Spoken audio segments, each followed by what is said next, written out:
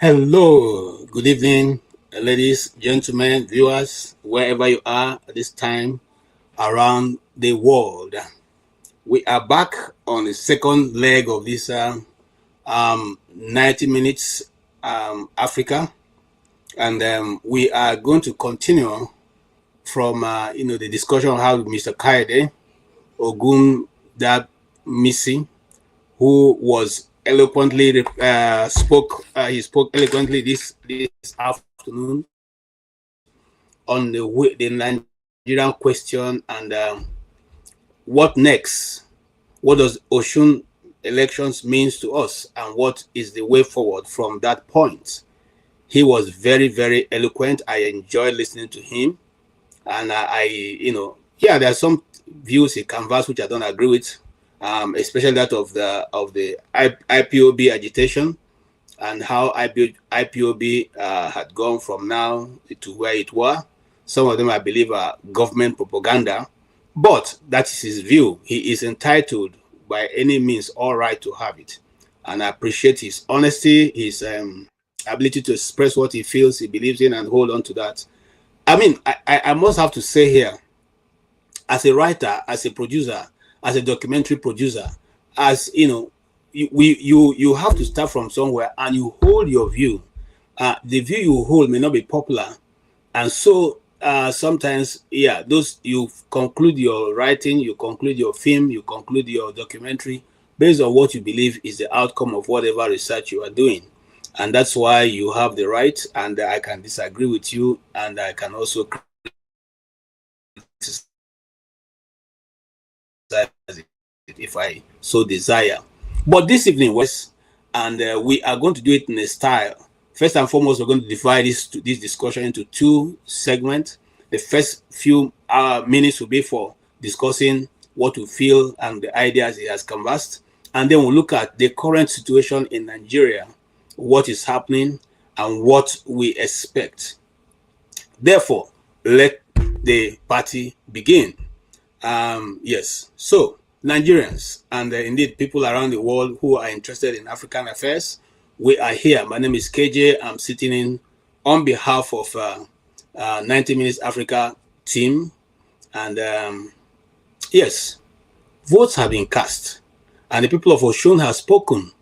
Politicians have taken note of the development in Osun and also have begun to interpret it in different forms, different understanding, different messages. What does it mean for them going forward? And what is the interest of their party? How have they been able to present themselves in the election? And I agree with those who are of the opinion that it's not every election you participate in. You participate in what you think you can win.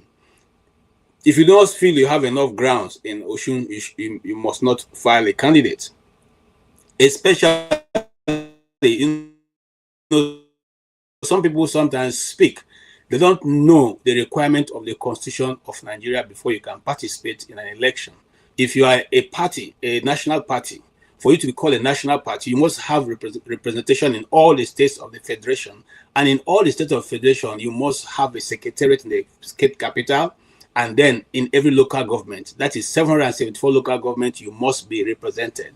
And aside that, you have to have at least one staff, a desk and a typewriter, now computer, in that office where you'll be ably represented in each of the local government headquarters of the federation. If you count that alone, it runs into millions and billions of naira. Consequently, it's not for those who have not been able to amass wealth one way or another. In Nigeria, we have come to realize there are two ways of making money: those who make their money through business, who work earnestly, and those ones who crook their way into government, and the government purse becomes their purse. But that's not why we're here today. We are here today to examine what has happened in Osun and how Mr. Kayode has been able to, interpret for us what went on. And beyond the winners and the losers, beyond parties, colors, campaign promises, political strategies, and victory speeches, there are millions of Nigerians who are still concerned about what they will eat tomorrow. It's not even about whether life will go on for them, but how to feed, how to get 1 square meal, because before now we used to have 3 square meal, but now it's become 1 square meal that we look for.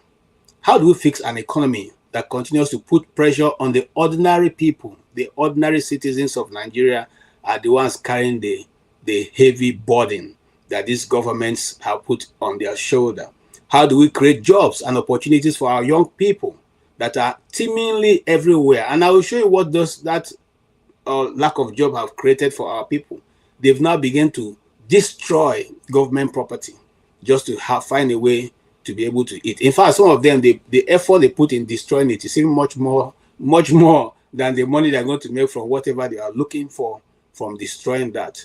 How do we make education and healthcare and security more accessible? How do we secure our people? And of course, we'll have 1 or 2 things we're going to talk about today concerning security of Nigerians and the Nigerian people. And perhaps most importantly, when will politicians begin to translate into, better better quality of life for the Nigerian people? And I say Nigerian people because charity begins at home. We can't begin to talk about Africa when even those in Nigeria are not able to be sustained adequately. But you see, the irony of it all is that when you see our politicians in their agbada, some of which is about the salary I receive for a whole year, okay, and in the exotic cars they drive, you begin to wonder, are these people really the representatives of Nigerians, where more than half of the population are living in abject poverty? It is appalling. It is ludicrous to think that people can be comfortable in those luxury cars and not be bothered about their own people. I don't know. I don't know how people have that kind of heart. I don't know how you sit in an Escalade with bulletproof and maybe 5 more Escalade empty following you, and then people are hungry. Something must be definitely wrong with the mindset of a Nigerian politician.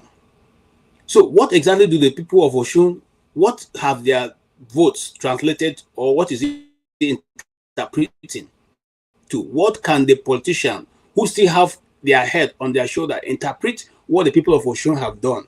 Is it a fluke? Is it that they just wanted to play the Nigerian people to make us believe that we still have the power?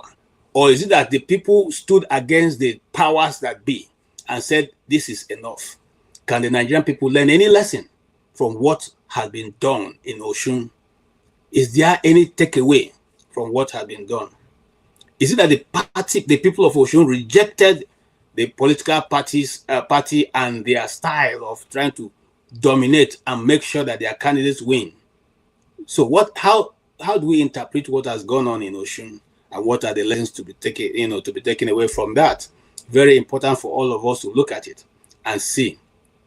And then as we look ahead, next battleground, which is going to be the real thing, what is there for the Nigerian people? What should we expect? What are the ways to reject candidates we totally disagree with? Are the Nigerian people ready to repeat what went on in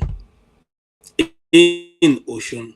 Or are they going to just say, "Ke sera sera, what will be will be"? Let them just go. A time when God go deal with them. Hey, let me tell you something. Wake up, Nigeria, smell the coffee. God ain't coming, man. God is not coming to deal with anybody if you don't wake up. You see, the children of Israel took God's advice and said didn't take God's advice, said to take their own style, and they spent 40 years in the wilderness, and all of that generation died off, and God moved on with the next generation. I tell you the truth, if we keep quiet, if we go to bed, if we say "Ke sera sera," God will do it.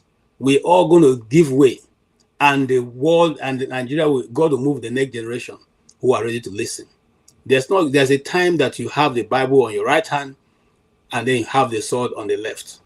Maybe perhaps the lesson that I think we take away from Osun is that there's nothing as powerful as people's might. When the people stand, when the people come out, if you come out in hundreds, they will be able to overpower you. If you come out in thousands, they'll be able to overpower you. But when you come out in your millions, no force on earth can stop you. No force on earth can stop you. And that's what I think is one of the lessons for me from the Osun people. So tonight, we're going to again revisit those, and then the question that Mr. Kayode has read for us. How do we see it, and how do we go from there? And on that faithful note, I say, let the party begin.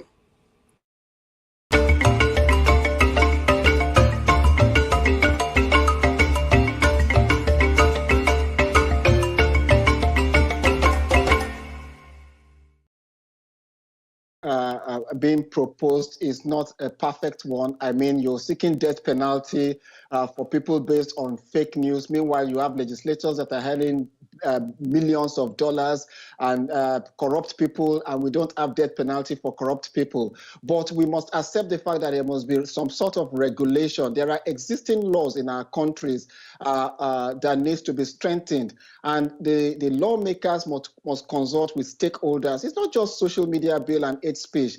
NGOs, non-governmental organizations that are collecting billions of naira and dollars from foreign companies, and they are not regulated. Nobody sees their account.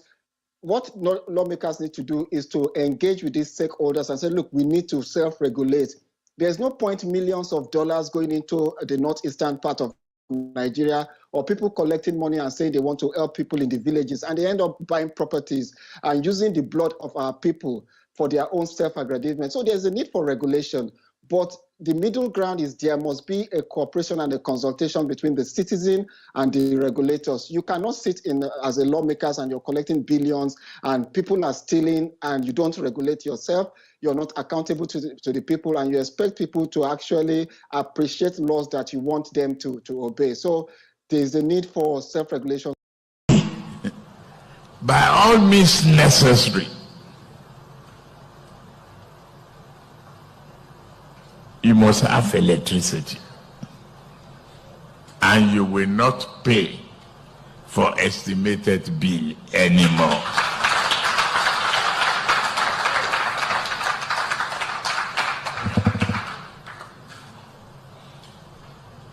A promise made will be a promise kept.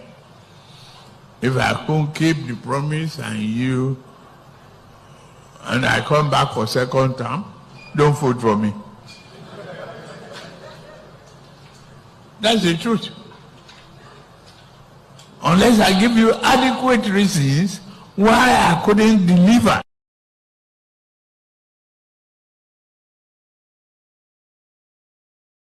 You're seeking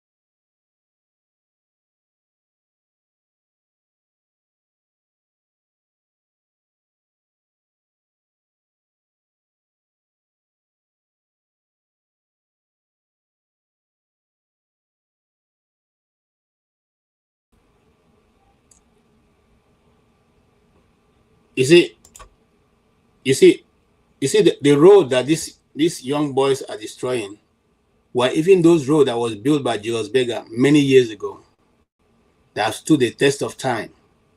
They are now destroying it because they are looking for the iron under the road to go and sell, to be able to eat.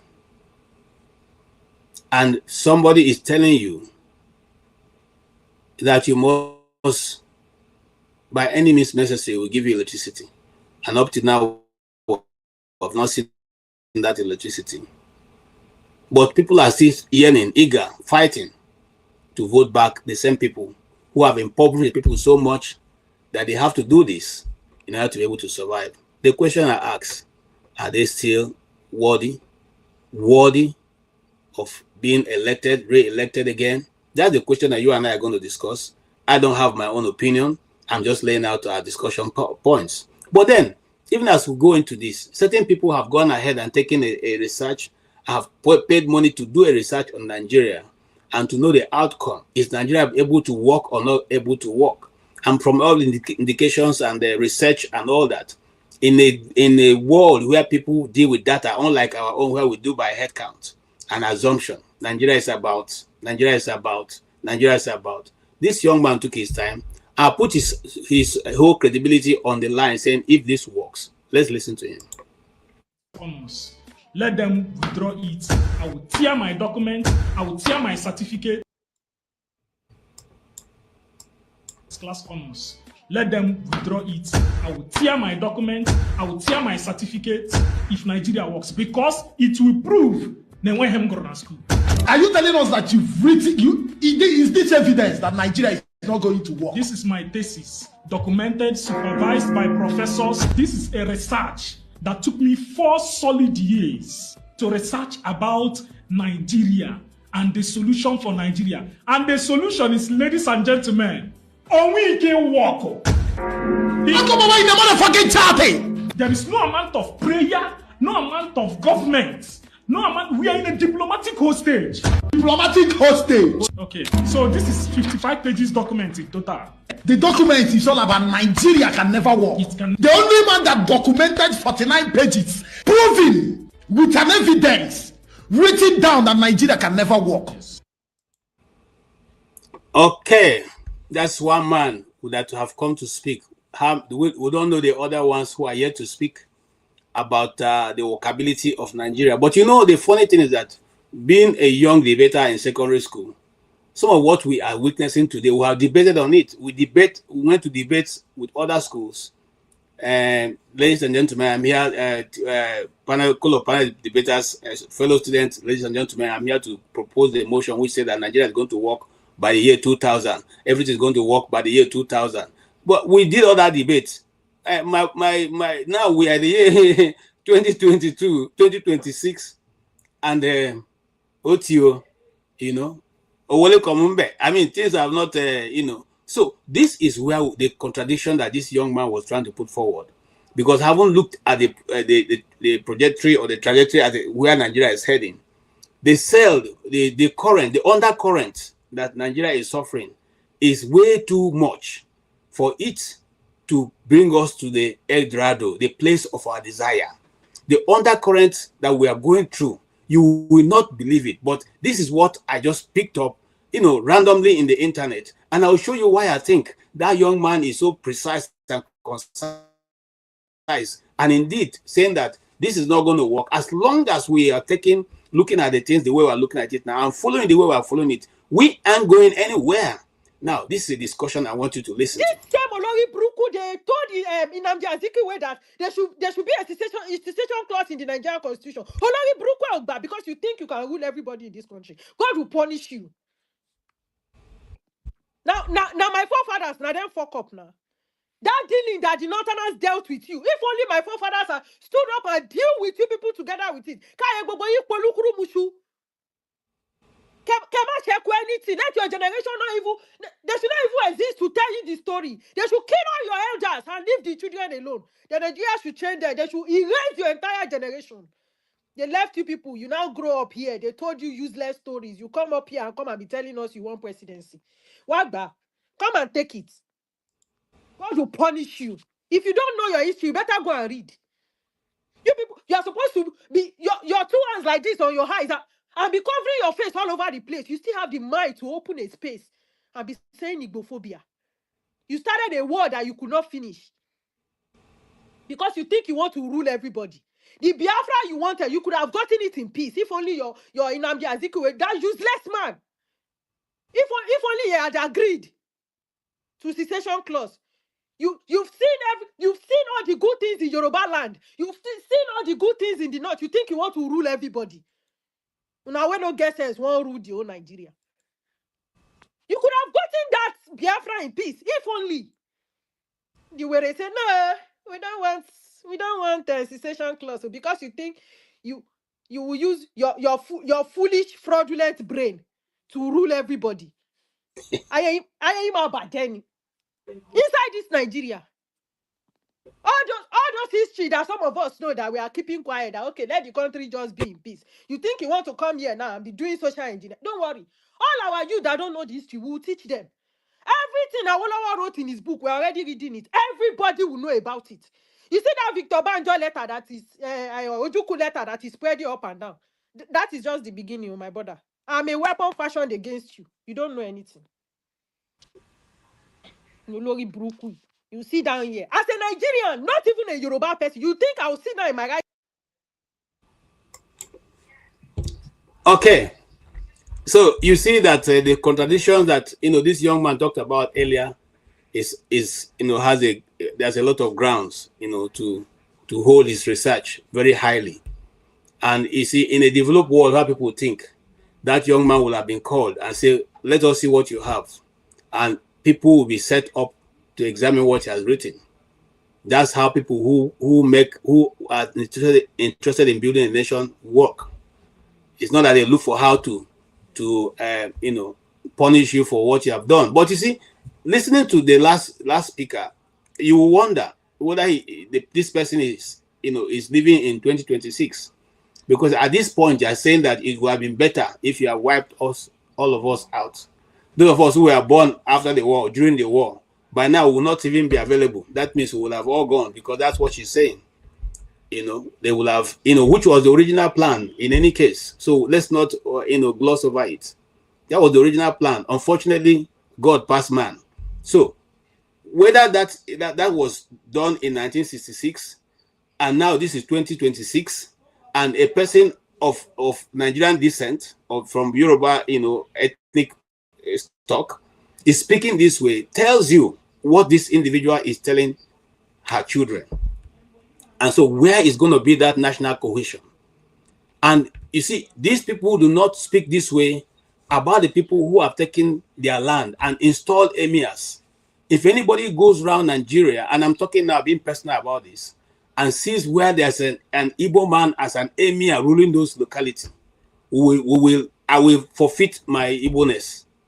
If you go to any part of Nigeria and you go, there's an indigenous tribe there that is not Igbo, and there's an Igbo man as the Oba or the Emir or the chief ruling those places. In fact, let me not even limit it to Nigeria, the whole world. If you go around the whole world, there's a community you can find where an Igbo man went there, harnessed the people, overtook the people, became their leader, and then installed himself as Oba, or installed himself as the Emir. Then I think I will give up my Igbo-ness. That's a challenge open to, if you know that lady. But even as we go on this trajectory, let's listen to other people and what other people have to say in this same issue that we're talking about. And so, if this is how divided the nation is, how then do we forge forward? Let's listen. Encounter issues that are quite unfortunate. Not that our people brought this upon themselves, but these are carelessness from the security agencies. And we must say this so that the whole world will know. Because if you refuse to say the truth, you die. If you say the truth, you also die. And I am ever ready to tell the whole world the actual truth. The last time we met in Jakarta, we buried our brother who was shot by the security agencies. As if that is not even enough. Today we are here to bury two brothers as well that were shot in their homes by the illegal act of the security agencies, most especially the soldiers. They came and killed them in their own homes. The soldiers destroy their buildings.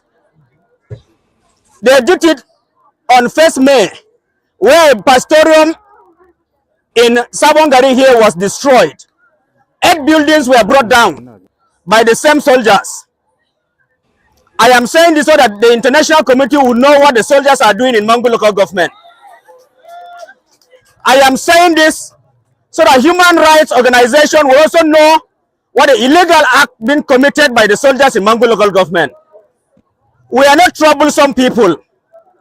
It is only 2 groups of people that are fighting the Mogul people. The Fulani are fighting us. The soldiers are also fighting us. The Mogul man is known for peace. Not only the Mogul man, but the entire natives of Plateau State. Troubles here in Mangu, troubles there in Bokos, Bassa, name them. The Fulani are not only troubling the Mogul people, the whole world know that the entire nation, Nigeria, the Fulani are troubling us. And I'll use this singular opportunity to call on government, most especially the president, to give the governors the backing to put state police, because they are cumbersome with our terrain. They are the only people who can protect us when we have state police on ground. We are so tired with the activities of the soldiers, and we are going to be tired with it. Enough is enough. Enough is enough. So we are calling on the government to act accordingly. Let them protect lives and properties. Because if they fail to protect lives and properties, who are they going to govern? So on a lighter note, I am bringing condolences to the entire family that was affected. Not only the family alone, but the entire nation.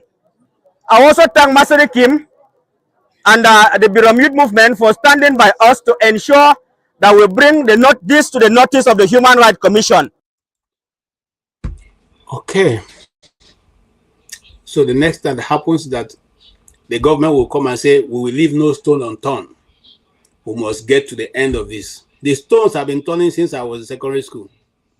They've been leaving no stone unturned. And I'm now a father, I have children. You know, they're still turning stones. They're not yet seen how to solve this problem.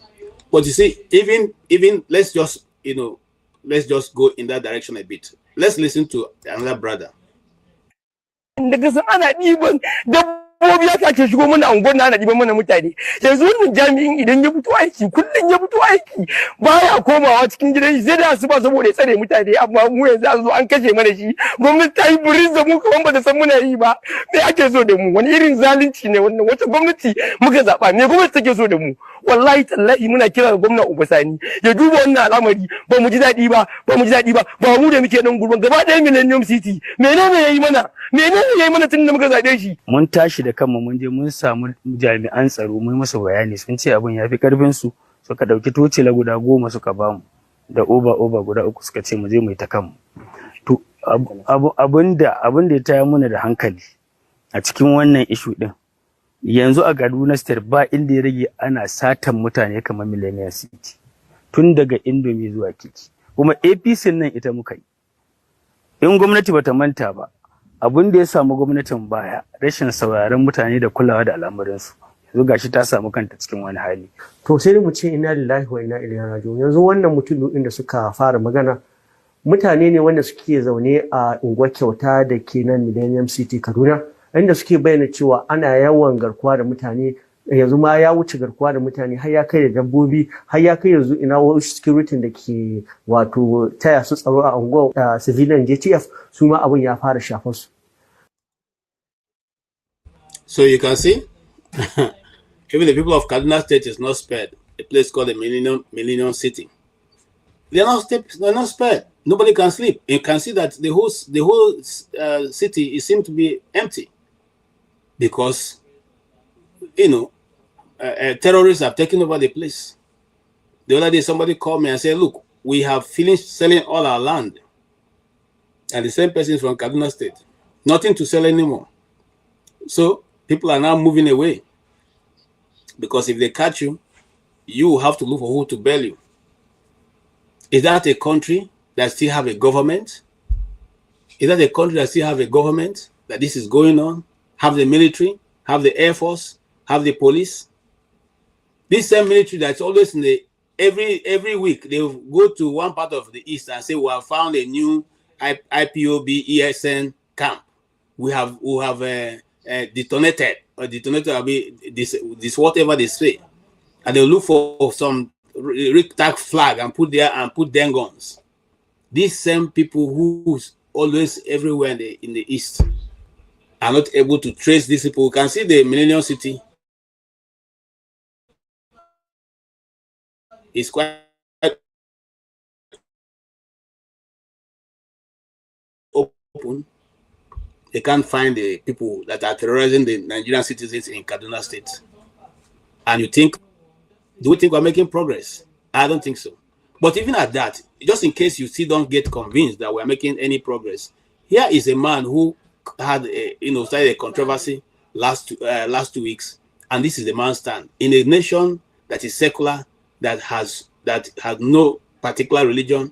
Just for instance, if the Christians also say we are much more than the Muslims, and it is our will that must be done, what would be that nation?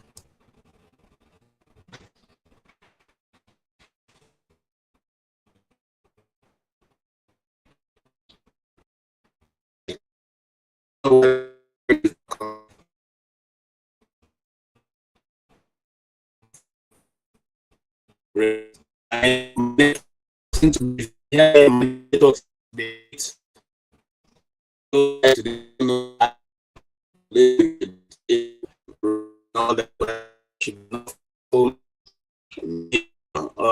is it that my enemies from the village? In ba san rai ba, ya zan na yi kira musamman ma a cikin musulmi in ce jama'ar musulmi, ni halin nan da muke ciki a Najeriya na din farowar zaben siyasa a jagwalgwalan tsarin can na demokradiyya da turawan mulkin mallaka suka tilasta mana, amma sun ce ƙuri'ar da mutane suka fi yawa to a nan jagoranci yake. Na ce ta kwana gidan sauƙi, mai zuwa sama in ya taka faifai. Sai na ce to ni ranar zaɓe in Allah ya yarda, Muslim to siyasar da ta yarda da wannan, siyasar da ta yarda da wannan. Okay, so you have heard it. That is his position, and that's the position of most Muslims. I will not say all. So if the Christians also say Christian ticket, what will happen? Don't we have the ability to do that? And I want to tell you,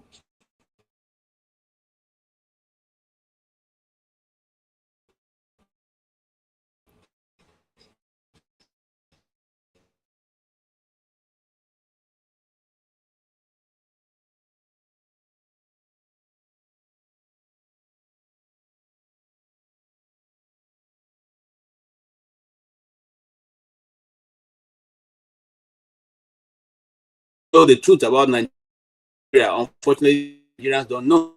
Let us move on. And to the final video that we'll have of bringing, I see Stay Humble behind. This man puts it in a very clear way for everybody, whether you still believe what I've said or not. Let him be the one to say it to you. Anytime a man begins to give you a gift he cannot give his son or his daughter, please don't accept that gift. Why am I saying it? During campaign, during election, they go along with talks. During inauguration, they move along with their family. Who is fooling who? That is my message to our youth. During campaign, they move with the talks. But during inauguration, you see them move with their family. It is a message. Any moment, anybody, no matter the position he is occupying, begins to give you a gift he cannot give his son or his daughter, reject that gift. Okay, let's take these two to the traditional rulers, right? Because all right, of the influence. All right. Anytime you get a gift, the person cannot give their own children, you should be careful to collect that gift. You should reject it, as a matter of fact. You're welcome. Stay humble. You have taken a while to try to dissect what went down. And yeah, you were here earlier on. And so you have seen, some of the videos I played and some of the, what we are going to discuss. But let's go from the beginning. What do you make of Mr. Kayode's assertion this afternoon? Yeah, good morning. Yeah, it's already morning here in the UK. So, yeah, I've been waiting for for you to Yeah, start because I sorry, left. I had to take my son somewhere and just come in. Okay. Yeah, because I left at some point when Yeah. it was clear that I would not have the time to give a follow-up or the opportunity to give a follow-up remark. Oh, yeah, Yeah, I sorry, stay humble. Let me just say this upfront. My network is misbehaving. So even if I don't go, if I go off, please continue and it will come okay. back. Yeah, by next week, before next week, by the grace of God, I will have changed network. It's really misbehaving. All right, go ahead. Welcome, CM. So I thought initially there was Frederick Wabufor that would come in. I prepared some questions for him, some bullets. I don't know what happened, and he didn't show up. I was a bit surprised to see Kayode Ogundamisi. It's a name that is quite familiar to most people following what's happening in Nigeria. I think he's a popular journalist. He's a seasoned journalist, I would say. He's been around for some time. And he Yes. did mention that he did go to prison at some point due to his fight for the restoration of democracy. Yes. So yeah, I think in terms of journalism, I think he has paid his dues. He's a respected guy, and he's experienced as well. He's seen a lot of things. I think maybe because of what he's passed through, because sometimes when people start radically, when they're younger, with time, with all the suppression and challenges and trials and what have you, they tend to be a bit modest. They tend to like moderate some of their actions, some of their thoughts. They tend to give up, give this kind of despondent demeanor. Um, that nothing can be done because a lot of things he said about Nigeria, even when Dr. Damages posed some questions to him. What if Sokoto State, that region, they say, oh, we want to leave Nigeria. Can anybody actually stop them? He didn't really have an answer to that because he didn't think about that. And this is what happens to people who have a very narrow view, a very myopic view of Nigeria, people who have been given the script to read. So you hear things from, I don't know whether it's a generational thing.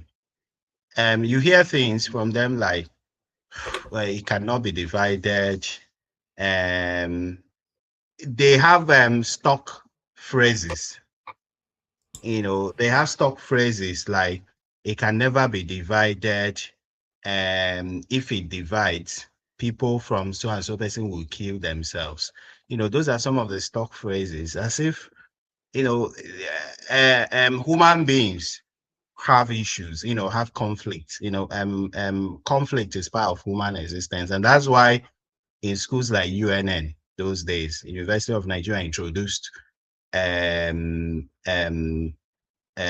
conflict and peace and conflict studies. We did it as GS 201, peace and conflict. UNN was the first school to introduce it in their general studies. GSP 201, peace and conflict studies, very important. So peace and conflict is part of human existence. Even in this country, people have conflict. Even between the English people, they still have people that say, oh, they are from the north, people that say that they are from the Midlands, people that say they are from the south. They have different accents. Sometimes the English people will say, in a way, with the Welsh people, they are not this and that. But all those conflicts exist, but that doesn't mean that they will not still pursue the bigger agenda together. So irrespective of the fact, if you go to Igbo land, even if you go to the kindred, you go to families, there are still conflicts. Or would you now say, oh, because there are conflicts, and Abia man saying that any woman is this or that, it's just part of life. It's normal.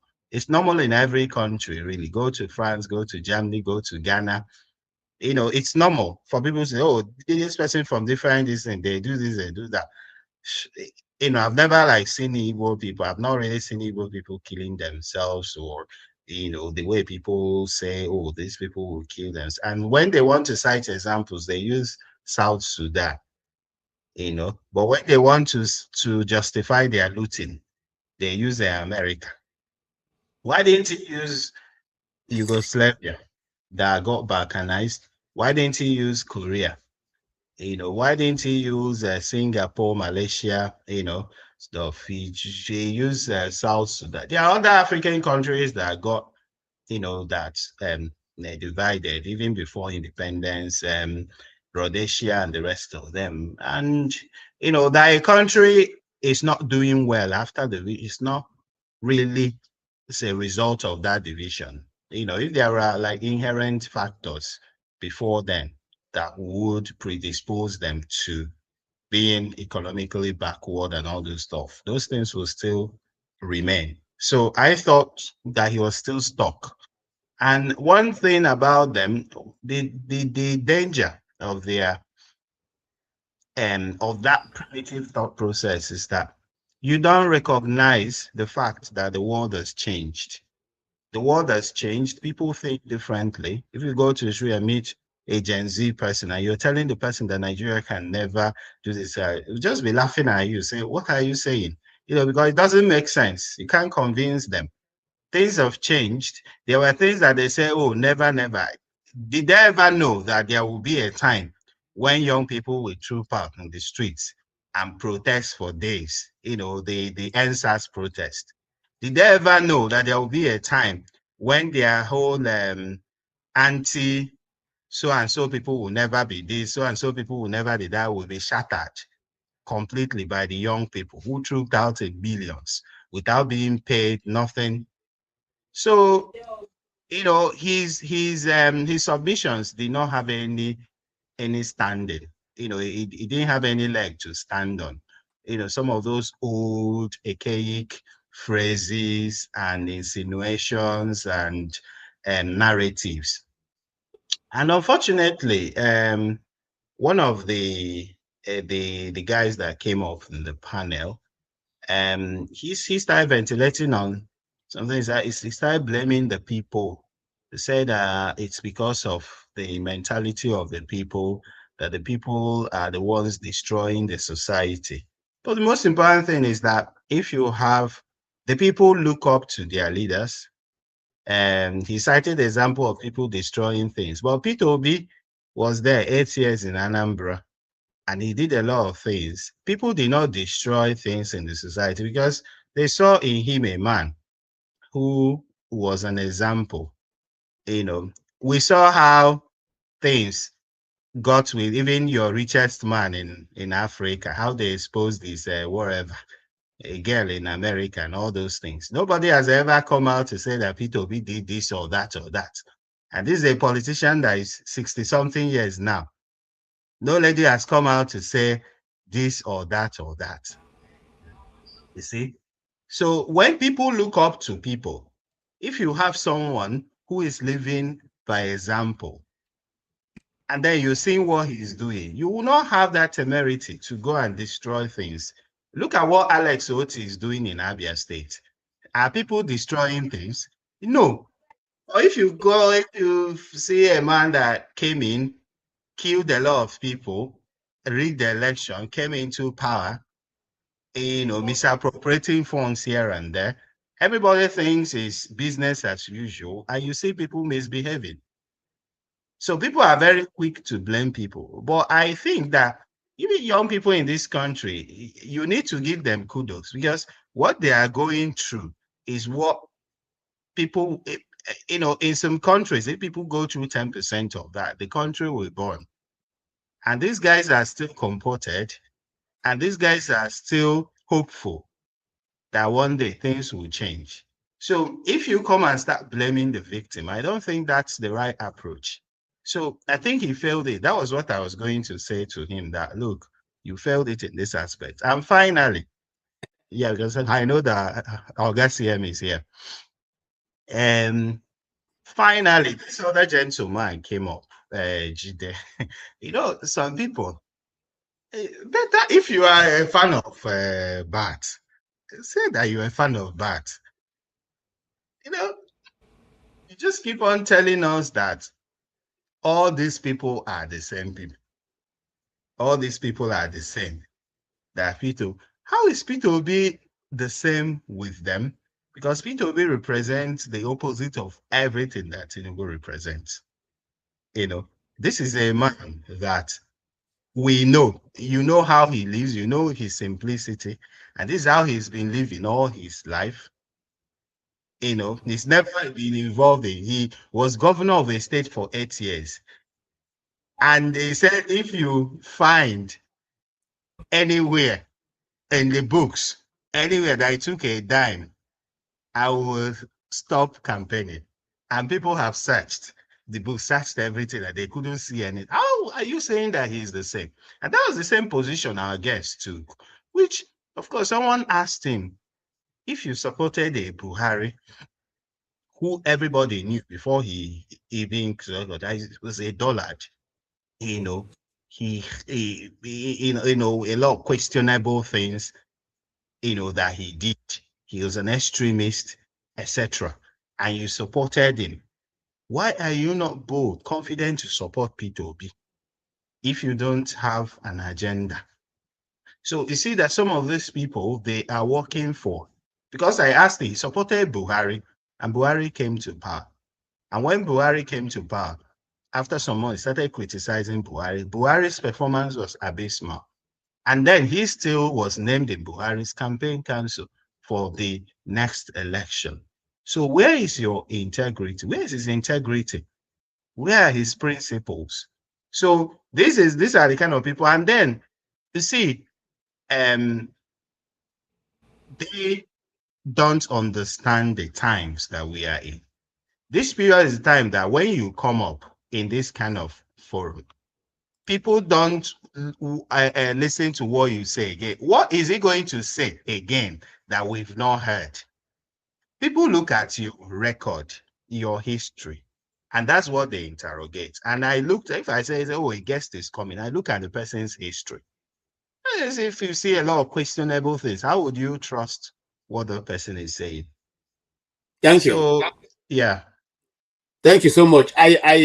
In fact, long time ago, I agree with what you said. Well, long time ago, I dismissed those who come and say, you know, Igbo land, you practice Osu, this thing, you know, you practice Osu, you know, so you're even discriminating among yourself.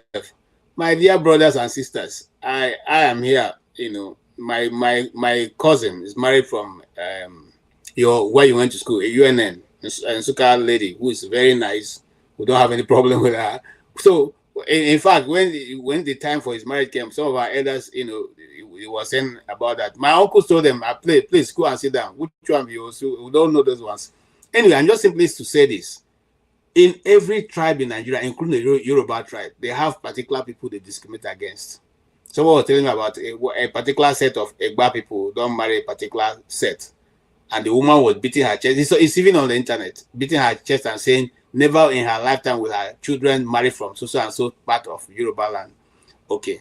I lived in Benue for so long. The Tiv people have a set. One part of Tiv is called the Here people. The Boko people don't believe the Here people are real Tiv people. All because their own Tiv have a bit of a slang to it.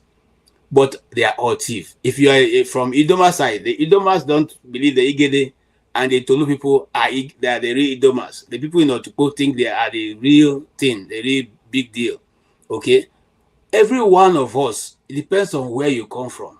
You know, the Yala people in Ogoja, in Cross River, don't think that the other one? They are the same with them. They tell like Yala people only came there. The Yala people are Idoma people. They should be in Benue State because it was salt that caused them to fight. So these are certain histories that are there, and it's meaningless. And when you say because we're intermarriage, are we not marrying Americans? Are we not marrying English? Are we not marrying Russians? Are we not? Is there any part of this world that people are not intermingled?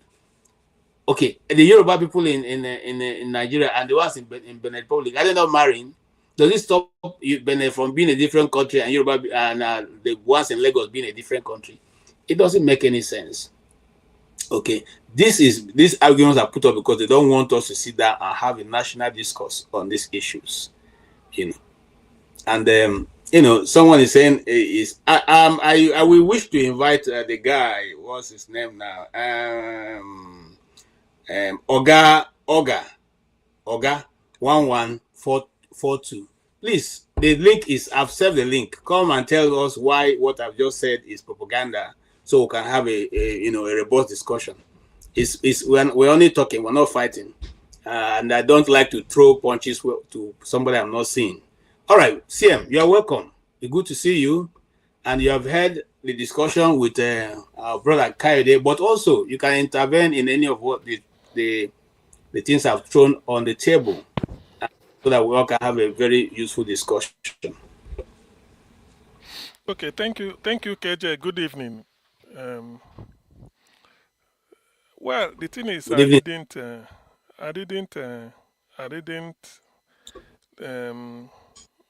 listen to the guest Kayode Ogundamisi. I know he's been here once in the past, but I know from the snipers of what I heard, what he said, and the questions, well, what he expressed was his own opinion.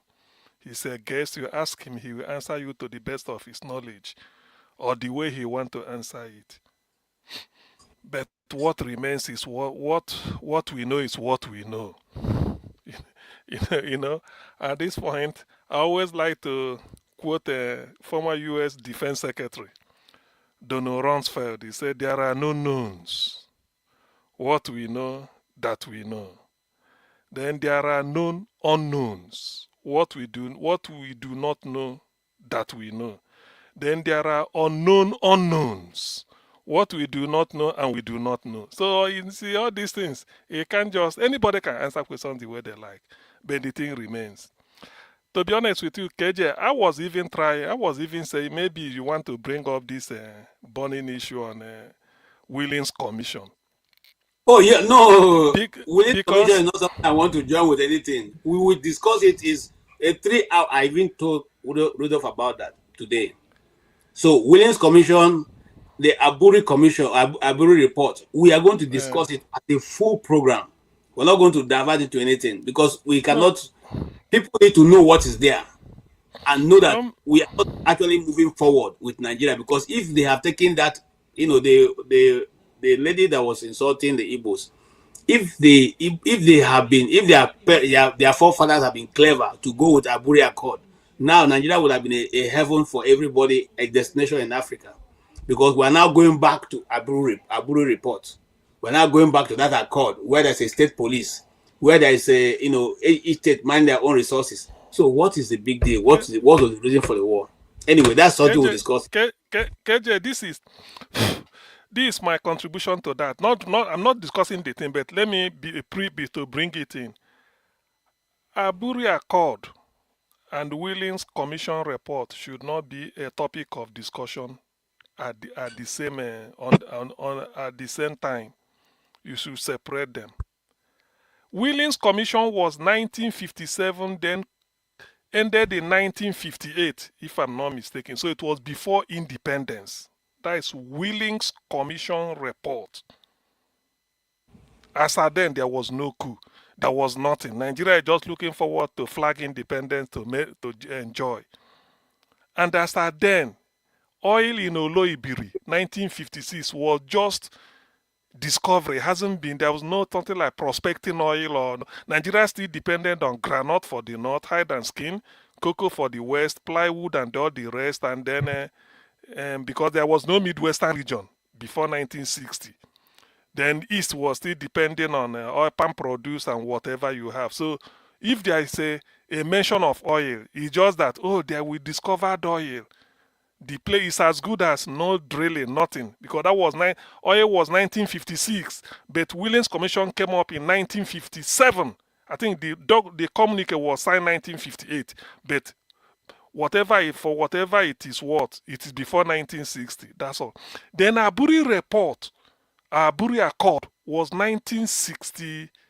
Aburi Accord was 1967, January 5th and 6th, or 4th and 5th. So there are different things. So it's like more than a 10-year gap. So they should be discussed separately. That's one. Mm-hmm. Then my Mm-hmm. other contribution is put up a flyer inviting whoever want. We can send. They can go and download Willings Commission report and read it and study it. It's like a thesis. So we can come and discuss it. Because this is not a case of conjecture. Somebody will come and do. It's like if you have the Bible, you say the call of Levi is in St. Luke's Gospel chapter this. Everybody will open that chapter and then you see you reading it and interpreting it. If I disagree, I disagree. Because do you know why I'm particular about that? Any day the truth about Nigeria is discussed, that is the day Nigeria will stop to exist the way it is.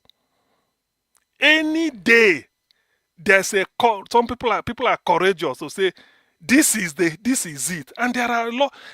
Go to the in the written annals of Nigerian history, there are so many milestones.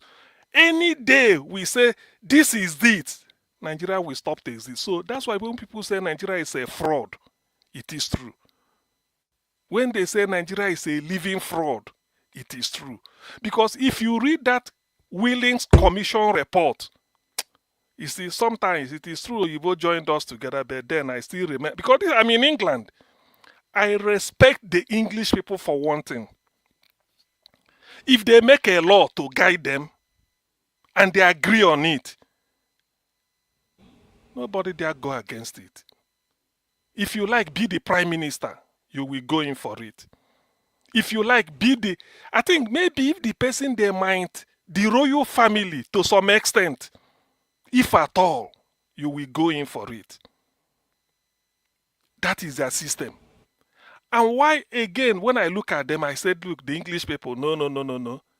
They so much believe in what they call a commission of inquiry. Before something happened, they put inquiry. Everything inquiry.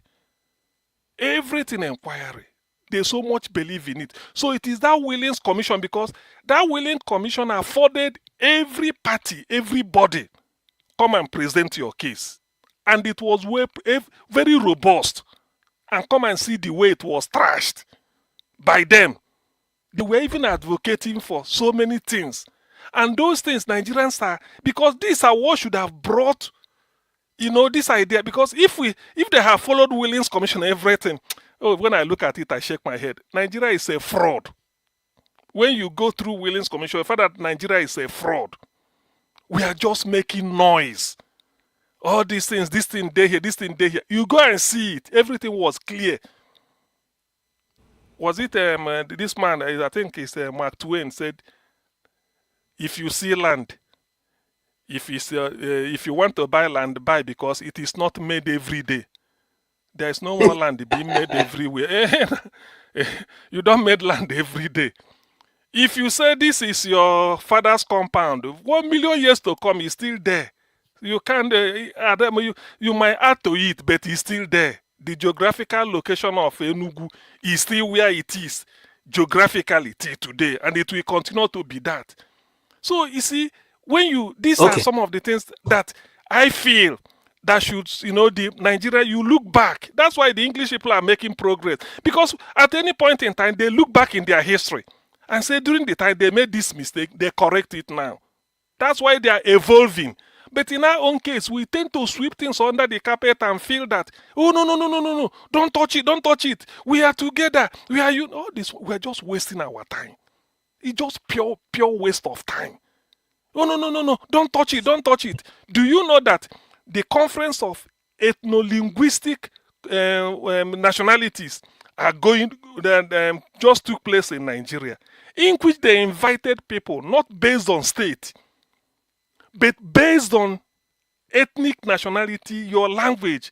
That is to say, Igbira man from Kogi, come as Igbira, don't come as Kogi State. Igala in Kogi, come as Igala, don't come as Kogi State. Okun people in Kogi, if you want, come as Okun. If you go to Delta, we want to hear Ichekiri, come and don't say Delta. Isoko, come as Isoko, don't come as Delta. Urobo, come as Urobo. Don't come as a Delta. Come on your own. Ijo, come on your own. Don't come as Delta anything. Ndi Igbo, come as Ndi Igbo. Don't come as I'm from Anambra, I'm representing Southeast. No. Come as Igbo. Some people didn't show up. So what are we talking about? Are you afraid? Yorubas came as Yoruba. They are not cop. They say Yoruba. They came as their own. So we called. Even then, I started hearing Tangale in Bauchi. Everybody. So come on your own. Why are they afraid? Why? You see, this is to tell you that, you see, in Nigeria, when you continue to sweep a problem under the carpet, it will remain with you. It won't get solved. Why not come as the way you were created? Come and lay your claim to your ancestry and say, this is it. Some people didn't turn up, and some people find it offensive. Why should you find it offensive? Why must anybody telling you to forget what makes you you? It's not your friend. Come and present it. That's why they have United Nations. You will see a country like India, the most populous country in the world, more 1.4 something billion people. You will see a tiny country. Do you know I met somebody from a place called Bermuda. You know, when he said Bermuda, I said, where? He said, don't you hear Bermuda Triangle? I said, yes, I've heard it. He said, it's a country, Bermuda. I said, how big is it? He told me from Durham to Newcastle. For those living in the UK, go and Google. From Durham city to, these are cities in the northeast, at most maybe 30 miles. 30 miles. Say it's a country under UN, under United Nations. So, Singapore, that we hear, Lee Kuan Yew, do you know that I didn't know that Singapore was 1/4 of Lagos State landmass? I didn't know about that. About 1/4. Do you know the population of Singapore? I was thinking it, because they are Asian countries, should be up to 100, or you know, they're always 100 million, Pakistan and India, you know. Singapore is about 6, okay, let's say 7 million people. 7 million people. When I saw it, I said, what? When people are telling you that the whole of Southeast is one state in Nigeria covers it, they are too small. Then Lagos, as the smallest state, even have, so Lagos should have been 4 countries according to Singapore measurement. So, but these are, and they're under one flag, under the UN. Why are people, you see, that's why Nigeria is backwards. The fear, like Ojukwu said, it is not the unity that is the problem of Nigeria, but the fear of unity.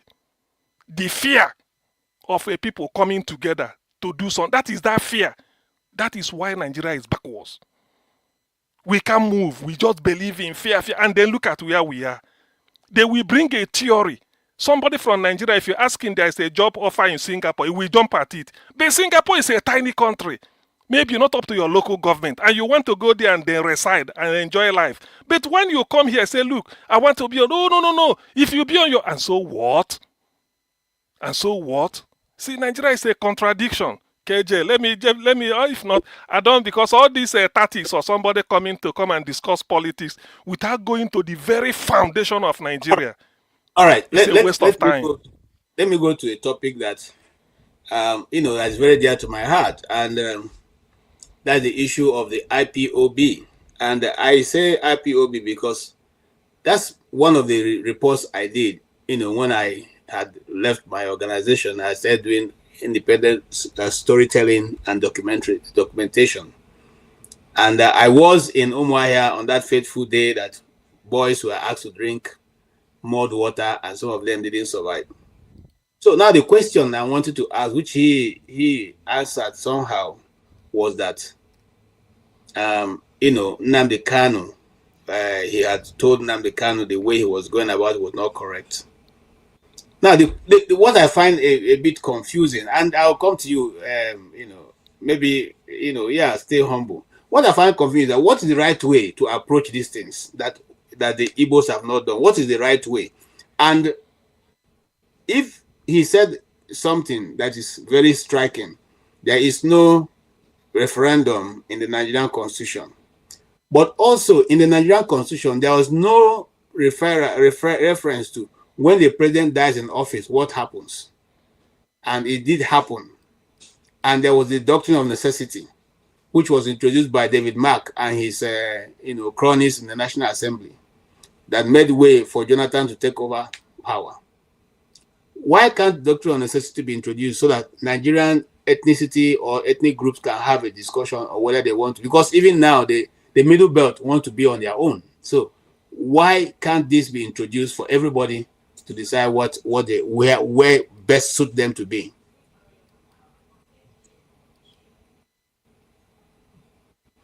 Okay. So it's a question that's been asked a lot of times, and people are giving different answers to it. I think he mentioned something that that if there must be division, separation, that there must be war. War, yeah. That's why I don't even think so. Why I can't don't think so. use? Sorry, why can't the doctrine of necessity, which was used to help Nigeria during Jonathan Yar'Adua, death, work in this situation? Why can't the National Assembly, just the way they met in 4 days and in less than 4 days and changed the national anthem, okay? They met and approved all kinds of things. Why can't that be done in this case? Yeah, it's very simple. The simple answer is that we are still being colonized. We still have our masters, unfortunately. We've not gained independence. We're still the word, even sovereignty, is a huge word that people misuse. How many countries are even sovereign in the world? We are not even talking about sovereignty. We're talking about like simple autonomy. Like simple autonomy. Sovereignty is big. A lot of countries are not sovereign, but they're autonomous. That means they can govern themselves. There are things outside their purview that other countries determine for them, unfortunately. But in our own case, we are not even autonomous. And then that even answers the question as to why the national anthem was changed quickly. And that way, if you know the answer, it will lead to a lot of other answers. And we are not in control. We are not in charge. And why are we not in charge? Because Nigeria is a huge, huge enterprise. Nigeria is a huge enterprise, and that's one of the things. You can see countries like Botswana, Namibia prospering. How many? There's nothing much. These people are benefiting from there. Namibia is mainly desert. They can pull their hands and just watch Namibians enjoy some things, like constant electricity, but good roads, basic amenities. They don't really care. But Nigeria is a huge place for them. The amount of solid minerals in Nigeria, we Nigerians don't even know. We've not even done a geological mapping. We don't have a map of resources in Nigeria because they don't want us to have it. Some people know. They know, oh, these are the resources in so and so places. So Nigeria is huge in terms of mineral resources. It's also a huge enterprise in terms of human resources. Do you know how many doctors we have supplied to the UK in the last 10 years? More than 10,000 doctors have moved from Nigeria to the UK, more than 20,000 nurses. That's a huge business. Come on. How would they leave such a country? And just the UK alone, I've not talked about Canada or US or Australia, Saudi Arabia, what have you. So I've mentioned I've mentioned the human resources. So, and the caliber of people living in Nigeria, especially down south, the people that can actually, they're actually strong, the people that, because most of the doctors and nurses from Nigeria working outside, they're from the south. So that's huge human resources. They don't want to miss it. And that's why you have what you have. They determine who becomes your president. They determine who becomes your governors. That's why you see Mr. Adeleke going to thank Tinubu. Doesn't value the people the way the the people holding office still treat the citizens because they are representing the colonial masters. So they treat the citizens the way the colonial masters were treating them.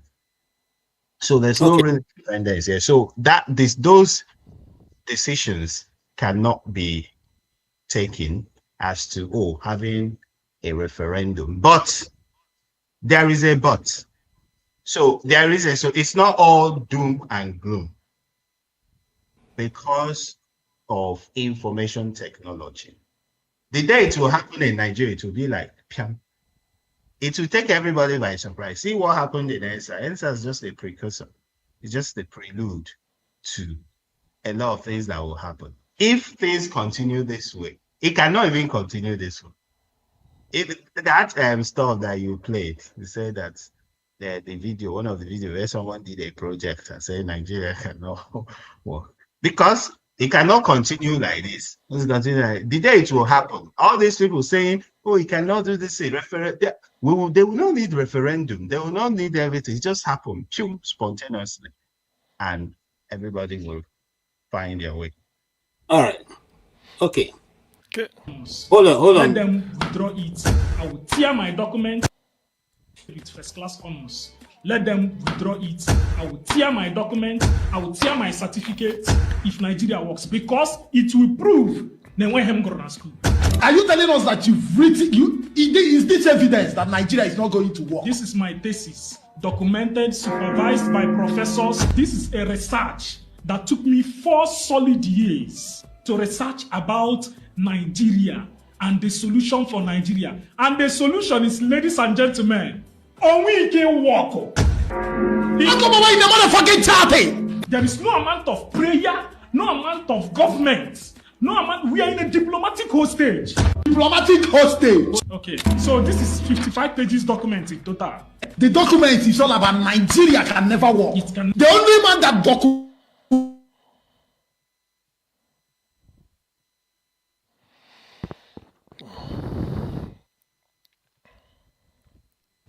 49 pages, proving. You know the name of the guy. You know the guy's name. I don't know his name. I have to go back to where I got it from to check for his name. CM, you are a researcher, and this guy has spent 4 years, and he's putting his research and his work on the line. He's putting his PhD, he's putting his university degrees on the line.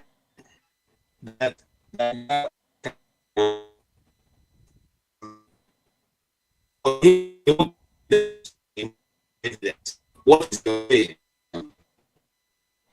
KJ, your voice is cutting. I don't know whether you know.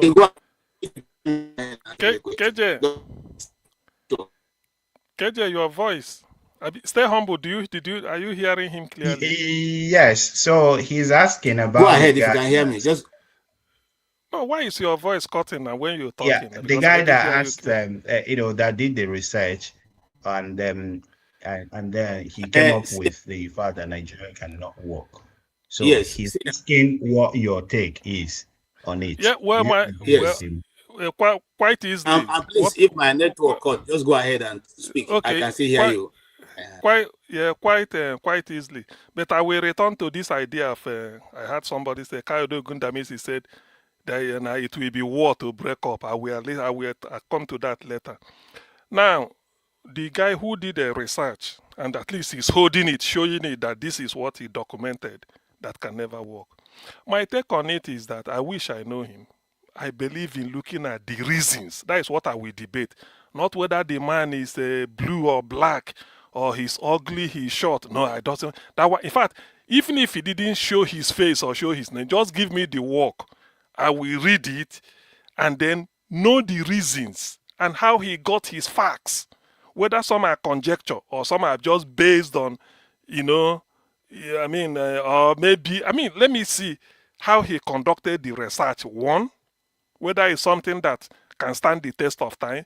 2, what the reasons he gave, and then I will look at the reasons. If I have any contrary view on the reasons, because that is discussion. After getting your facts, you discuss it the way you want, probably to suit your title, if it's a thesis. But me, I will also ask a question that since you say this is this, don't you think it should have been this? That is type of critical, analysis I will do. But to start to insult him or to abuse him or to take Nigerian system because this holy grail of say nothing bad about Nigeria, no. Because in Nigeria, when you say this country is made by God, in fact, I've not been hearing that in so how many years now? God created Nigeria. I've not been, it's like that one has died. God created Nigeria. Nigeria is indivisible, indestructible, indissoluble. All those indie. I've not been hearing them again. But that is by the way. So in this case, what I will, like what I'm saying now, what I will do is, I don't need to know the guy's name or whoever he is. Just give me the thesis, delete his name and everything. Let me read it. After reading it, I will say whoever is the writer. That is the way I do, because it's his effort. I don't want, if a typical Nigerian will say where he come from, oh no, he just jump and then go to conclusion without reading it. I won't do that. So to me, I commend him for, it's a good exercise. He spent his resources, time, money, energy. Yes, I commend him for doing that. Yes.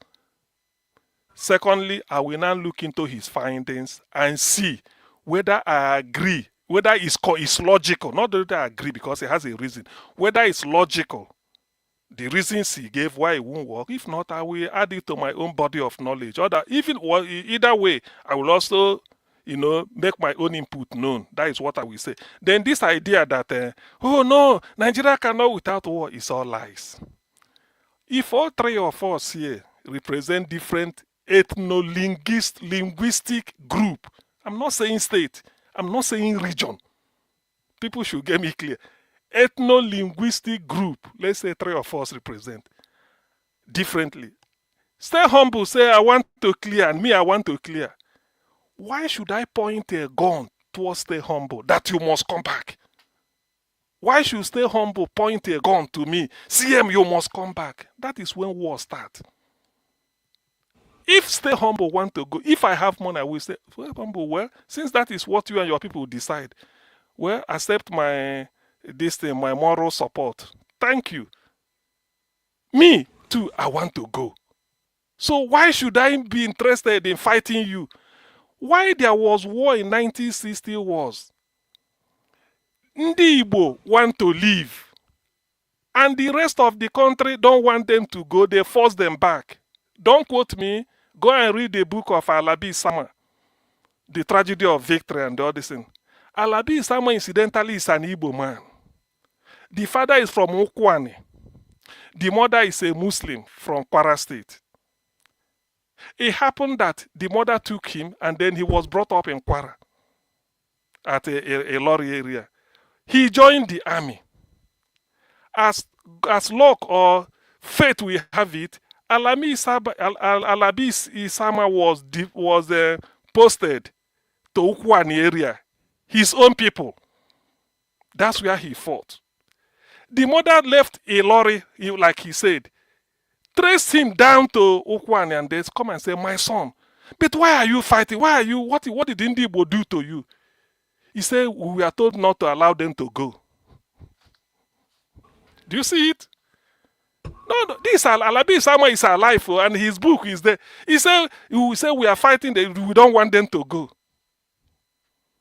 That was why the war. Okay, so the way it is now, maybe Sunday Igboho is saying Yorubas want to leave. Nnamdi Kanu is saying Ndi Igbo want to leave. Why should Sunday Igboho and then Nnamdi Kanu be fighting each other? Ditto for any other person doing it. So when people come and they that is what I call it is scaremongering. Is scaremongering. Czechoslovakia is a country with capital at Prague. 1st January 1993, they came together and said, look, Slovakia area, 5-point-something million. Czechs, 10-point-something million.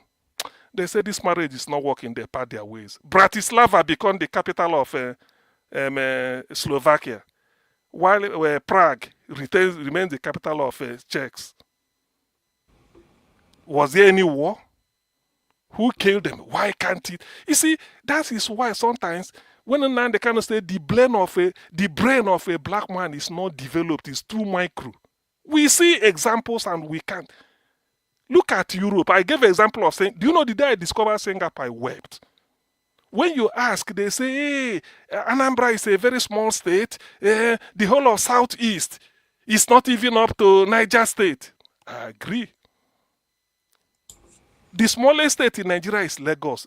Do you know that Lagos is 4 times land size that of Singapore? But can Lagos ever compete with Singapore in anything?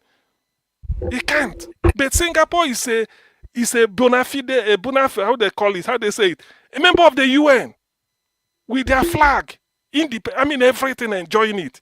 If you tell Nigerians I'm a recruitment agent, I want to recruit some engineers to come and work in Singapore, and you advertise it in Nigerian newspaper. Look, if you want 100, 1 million will apply. They want to go to Singapore, a very tiny island, because they are good and they're enjoying their life themselves. They built it. So why is it that when you talk to Nigeria, hey, please, you want to do this? How much do you want to divide? Divide what? Nobody is dividing you. It's not division. If you are tired in any system, you should be free to go out. There's no point of doing all this. Or some people, when they want to be cheeky, do you know what they will tell you? Why not submit a bill to National Assembly? As an Igbo man, I want to be a country of my own. I will go and submit a bill so that if somebody from Ningi in Bauchi, will discuss my fate, whether I deserve to be free. Or you are from Southwest, you want to have Odua Republic. You go and submit a bill at the National Assembly. Then somebody from Cross River or Newi will come and debate whether Yoruba will be free. What's my business with that? It doesn't concern, it's none of my business. So this is the area of development, that the reality that Nigerians do not want to face. That's why people say Nigeria is a fraud. And when they say it's a fraud, and they know it, they use scaremongering. It's also called scaremongering. Scare. Okay, look at Alabi Isama fighting people. What reason are you fighting in Igbo? He said, we were told not to allow them to go. Alabi Isama is alive. He fought. He fought the civil war from beginning to the end. He wrote a book. In a way, he's regretting because he sees what is happening. So these are the issues that Nigeria do not want to confront. All they go about is they scare. Okay, now let us unite, like Ojukwu was saying. It becomes the fear of unity. You say the majority are dominating the minority. I agree. Now, minority, let us divide Nigeria based on ethno-linguistic groups so that there won't be any domination. They said no. How many people you want to divide? So how you can't eat what really do Nigerians want? I don't want to dominate anybody. I don't want personally. But I want to be on my own. CM, I want to ask you a question, and before I come to consign, and thank you so much. Before you guys came, I threw out a challenge here. I said, if anybody can find anywhere in the world where an Igbo man or Igbos went and took over the land and installed themselves as emir, king, chief, over, that I will refuse. I will stop being an Igbo person. Do you have anywhere in the world where Igbos have gone and taken over? Because if you notice what the woman was saying in that other video, she was saying that the Igbos are looking for how to dominate, where we come with trick to dominate and take them over. So, do you have anywhere, since you are well researched, have you seen any location where the Igbos went and took over? Well, the thing is that CM. The thing is, sometimes when there is a need to ask a question, you know the answer. Sometimes, like you are doing now, you know the answer to the question, though you are asking it. So it's just to fulfill all righteousness, so that people will know. Maybe if you want to really challenge people, you say you are putting $100. Let's start with $100.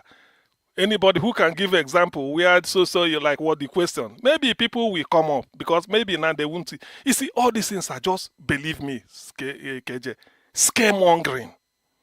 That is what they call scaremongering. There's a video making the round. I saved it, but I don't know where I kept it. Ojukwu, when he was alive, they were interviewing him. Ojukwu said, we have tried. I think I crammed it, or maybe people who knows will correct me. We have tried to live in a Nigeria designed by Britain and handed to us. We have had problem living in that Nigeria. We've killed so many people, yet the problem still persists. Is it not time for us to go to the very foundation of that Nigeria? This was what Ojukwu said. You see, the problem is when people say it, there's something, that is why we don't, there is nothing. If you want to be together, why can't we come together and agree? Write a constitution based on ethnic people, because the problem with Nigeria is that minority people, smaller people will say the majority will dominate us, they use our resources. I agree. That somebody is 1 million in population does not mean you that is 20 million will dominate him. After all, India is not dominating. Despite 1.something billion, 1 seat at the UN. Singapore, 1 seat. Look at the population. Look at the land size. So why can't we now come and say, look, okay, you that is 100,000, this is your area.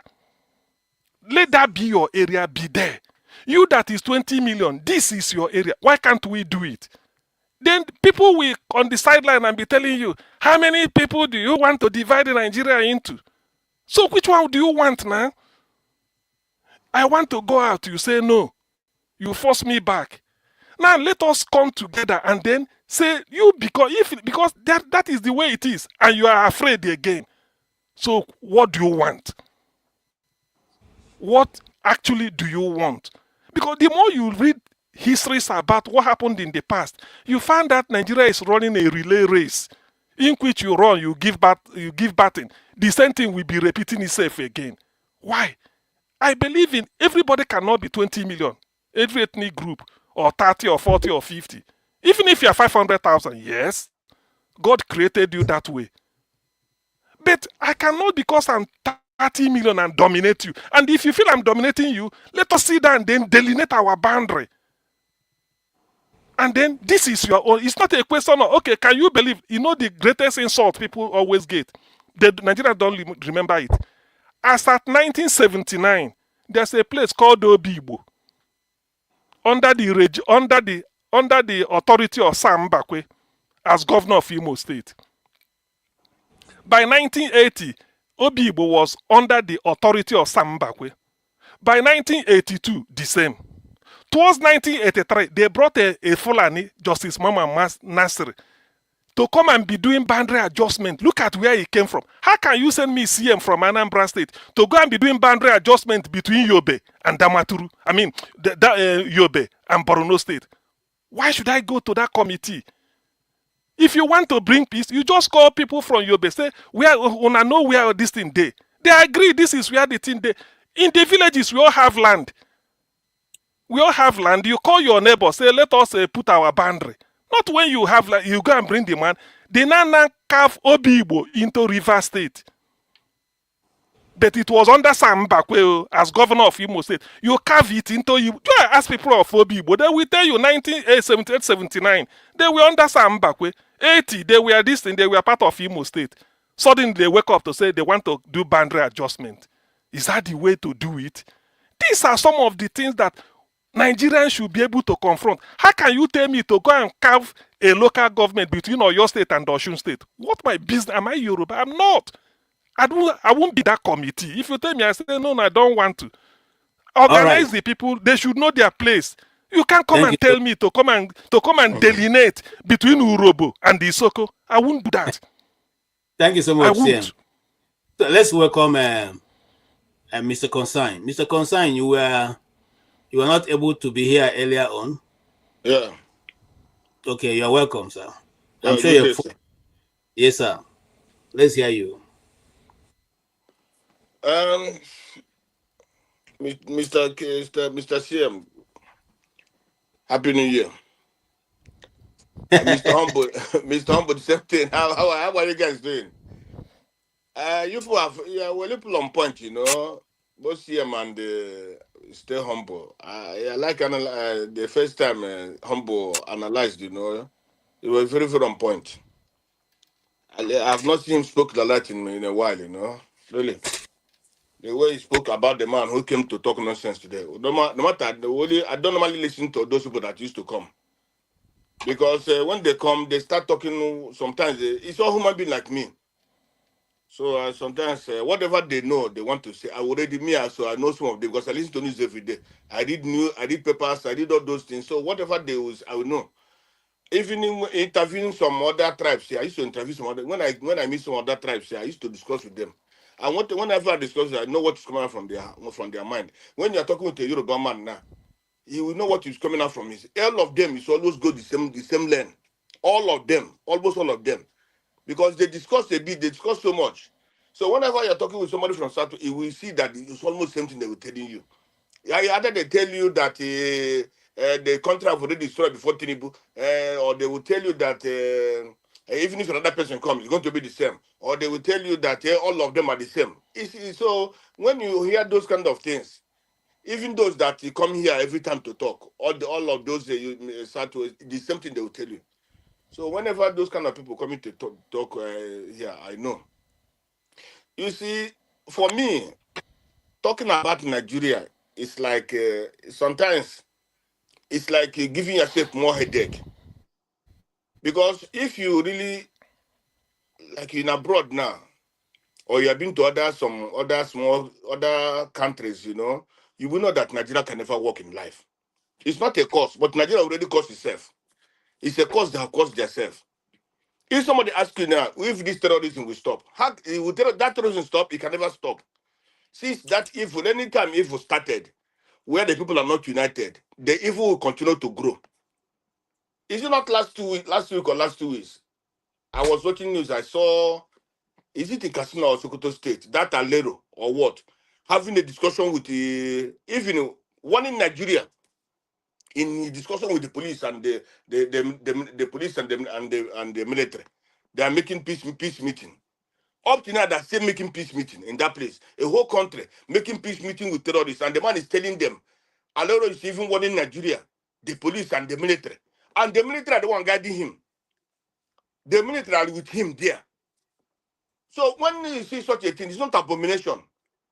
Since we are born in Nigeria, have you seen such a thing? Even last 20, 30, 40 years, did you see such a nonsense? So when you see such a thing, you start thinking, looking at yourself, say Nigeria will be good. It can never be. When you see that the person who from Boko Haram is outside, those who from Boko Haram are outside, and then the Khan is in jail, then you start looking at that country that can be well. The man who from Boko Haram is walking around. Nobody is doing anything to him. Even those who bring these people that are killing people today, Rufai, all of them, Tiribu, all of them, they are the part of the people who bring these people, Buhari, all of them, who bring these people that are killing people to Nigeria. When you look at those, then you say Nigeria will be good. Look at the last week, that idiot from Osun State say kill people people of another party. So when you look at that man, is not even arrested. So when you see such a thing, you think that Nigeria will be good. You see, even in the Bible, even in the Quran, even in Abushia or anything at all, my brother, where there's no justice, it can never, even if in your family, maybe you treat one of your son or one of your child badly. You think that your family will grow? It can never grow. With the kind of injustice in Nigeria, I've never seen it before. Look at the injustice, even the people whom you are voting for. Look, okay, let me give you an example. Those that the politicians, these resources that what God gave to all of us, these resources. But that man, that people, instead of making a good hospital, building a good hospital that me and you will enjoy, you and them can enjoy, all of us can enjoy together, can save our life. They don't want to do it. Instead, they use that money and go and they dump it in abroad. When they are sick, they go abroad and take and they treat themselves. And those who are supporting them are dying. When those people are sick, they die. You understand? It's not the most wicked. That is the most wicked thing you can do to any human being. You have the money that the resources God give me and you to give us at least better health care. You don't want to do it, but you take the money and put it abroad, keep it for you and your family. When you are sick, you go there and get treatment. But the common people, when they are sick, they die. So and then you see those common people, they don't even have brain. to say this must stop. Instead, they are talking about they're giving them bread. They're giving them bread, and they are happy. So when you look at that, such human beings, you think that they're human beings? You know, there's something there's a problem. There is a big problem. When I talk about Namibia or Botswana also, my brother, in go to Namibia, you make a $10 Namibian dollar card in the hospital. That $10 Namibian dollar, even if you're a foreigner, even if you have paper, you don't have paper, you have that $10 Namibian card. It's forever. Anytime you go to hospital, you must get treatment. They must give you medicine free. But they have nothing. They don't have much. They have only their diamond and the fish they export. But a country that God bless so much, nothing. Even common hospital we don't have. Common light we don't have. So when you look at it, then you say that Nigeria will be good. Almost all the big good houses in Potomac, other places in this America is built by Nigerians. The same thing in Britain, all those kind of places.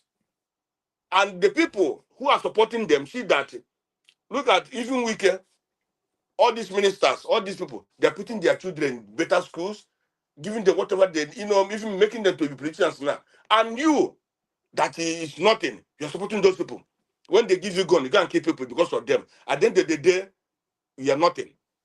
So when you see all those things happening, you think that such a country can do, no. Even in the Bible we read, he said if there's no peace in any place, if there's no peace, if there's no justice, no whatever you do in life can never work. It can never. Whether we this Nigeria stay 100 or 200 or 300, nothing will move. Nothing will move in Nigeria. It's a cause that Nigerians have put on themselves with their wicked leaders. If a tribe, a majority of a tribe, will be supporting a criminal, a well-known criminal, a majority of a tribe, because when you say, people say it's not all the whole tribe, but let me tell you, it's the majority. Almost 90% of the Southwesterners are supporting Tinubu. Have such a thing, tell me in a country, or in Nigeria, even in Nigeria, such a thing have not happened before. They are now following the step of what the Fulanis did. Fulani supported Buhari, so let us support Tinubu. Let him bring whatever he have to for Yoruba land. And you think it's a good thing for the country? And tomorrow, what if Tinubu goes out, another person goes out, what's going to happen? What will happen? Okay, thank you. I want to start crying. I want to ask a a question. criminal is a criminal. Look at the kind of record that man have, that America is telling you if you release it, this will happen. And you people still have the mind to support such a human being? Why not even say, let us make a new, support a better person from a Yoruba land, which everybody will trust and be happy with. So when you are looking at all these things, I've voted myself. I tell the people where we used to buy something here in Osun, I tell them for about 6 years ago, I say Nigeria is a cost. And some people supported me. Some people say how can I say it's cost? Am I not from there? But today they are seeing it. If at the end of the day, the people that are killing people in Nigeria cannot be arrested, but you go and arrest IPOB members, you go and arrest ordinary. You see, this thing that we say every time, it's not about any Southeasterners. Even South also enjoy the kind of treatment you are getting. South are into it. They are also killing anything that happens, they will go and kill them. Anything that a South person do, they will treat it the same way they treat Southeast. But for them also, their own brain they are confused about where they are, about where they are going. When a tribe sees that they cannot be able to govern themselves, it's the kind of people you want to be with. Somebody from this in Rivers will tell you, if we or Benin will tell you, if we cannot divide, if we divide, where are we going, or who will rule us? That you see that people are confused. Is the kind of person that we see that here. He say that he's somebody. It's very difficult to when you see the kind of people. All right. Thank you so much. The injustice in Nigeria. Can you hear me? Too much. And this injustice will continue. This injustice from before even after from the wartime to up to now. That injustice is still. Conscience, can you hear me? Can you hear me? Conscience. Yeah. Okay, if you can hear me, thank you so much. I'm hearing you. I wanted to ask you a question. Can you hear me? Hello? CM, can you hear me? Yes, I can. We are hearing you. I'm hearing you. Yeah, I'm hearing you. No I hear the time problem. we are calling concern. Yeah. What you want to say something? I want to speak now. I can't hear All you. right. See, can you hear Hello? me? Yes, I can. I can hear you. I can Okay. hear you. So, but I tell KJ, you, go on. No, concern. Hold Okay. on first. Hold on. Hold KJ on. want to speak. okay. There was a question that that's I asked can't hear Mr. KJ. Kayode. If There was the a problem, question. no, concern. The problem is with your connection. I can hear KJ, and the KJ is coming out clearly. The problem is with your connection. KJ, continue. Okay, can you hear us? Continue, If you KJ. can hear us, Continue. okay. Now, the question was asked him, why did you? There are so many negative reports you wrote about Ndibo, especially Ngozi Okonjo-Iweala, and the question was also asked, why did you not? You supported Buhari, and now you find it difficult to support Peter Obi. Buhari and Peter Obi, who is much better? One person, have seen what the person can do. I've seen what Peter Obi did in Anambra State, and he could not, in honesty, say that he can support Peter Obi. So the question is, do you think he has some form of bias to the Igbo people, or is it that just every writer can choose a side and he decided to choose the wrong side?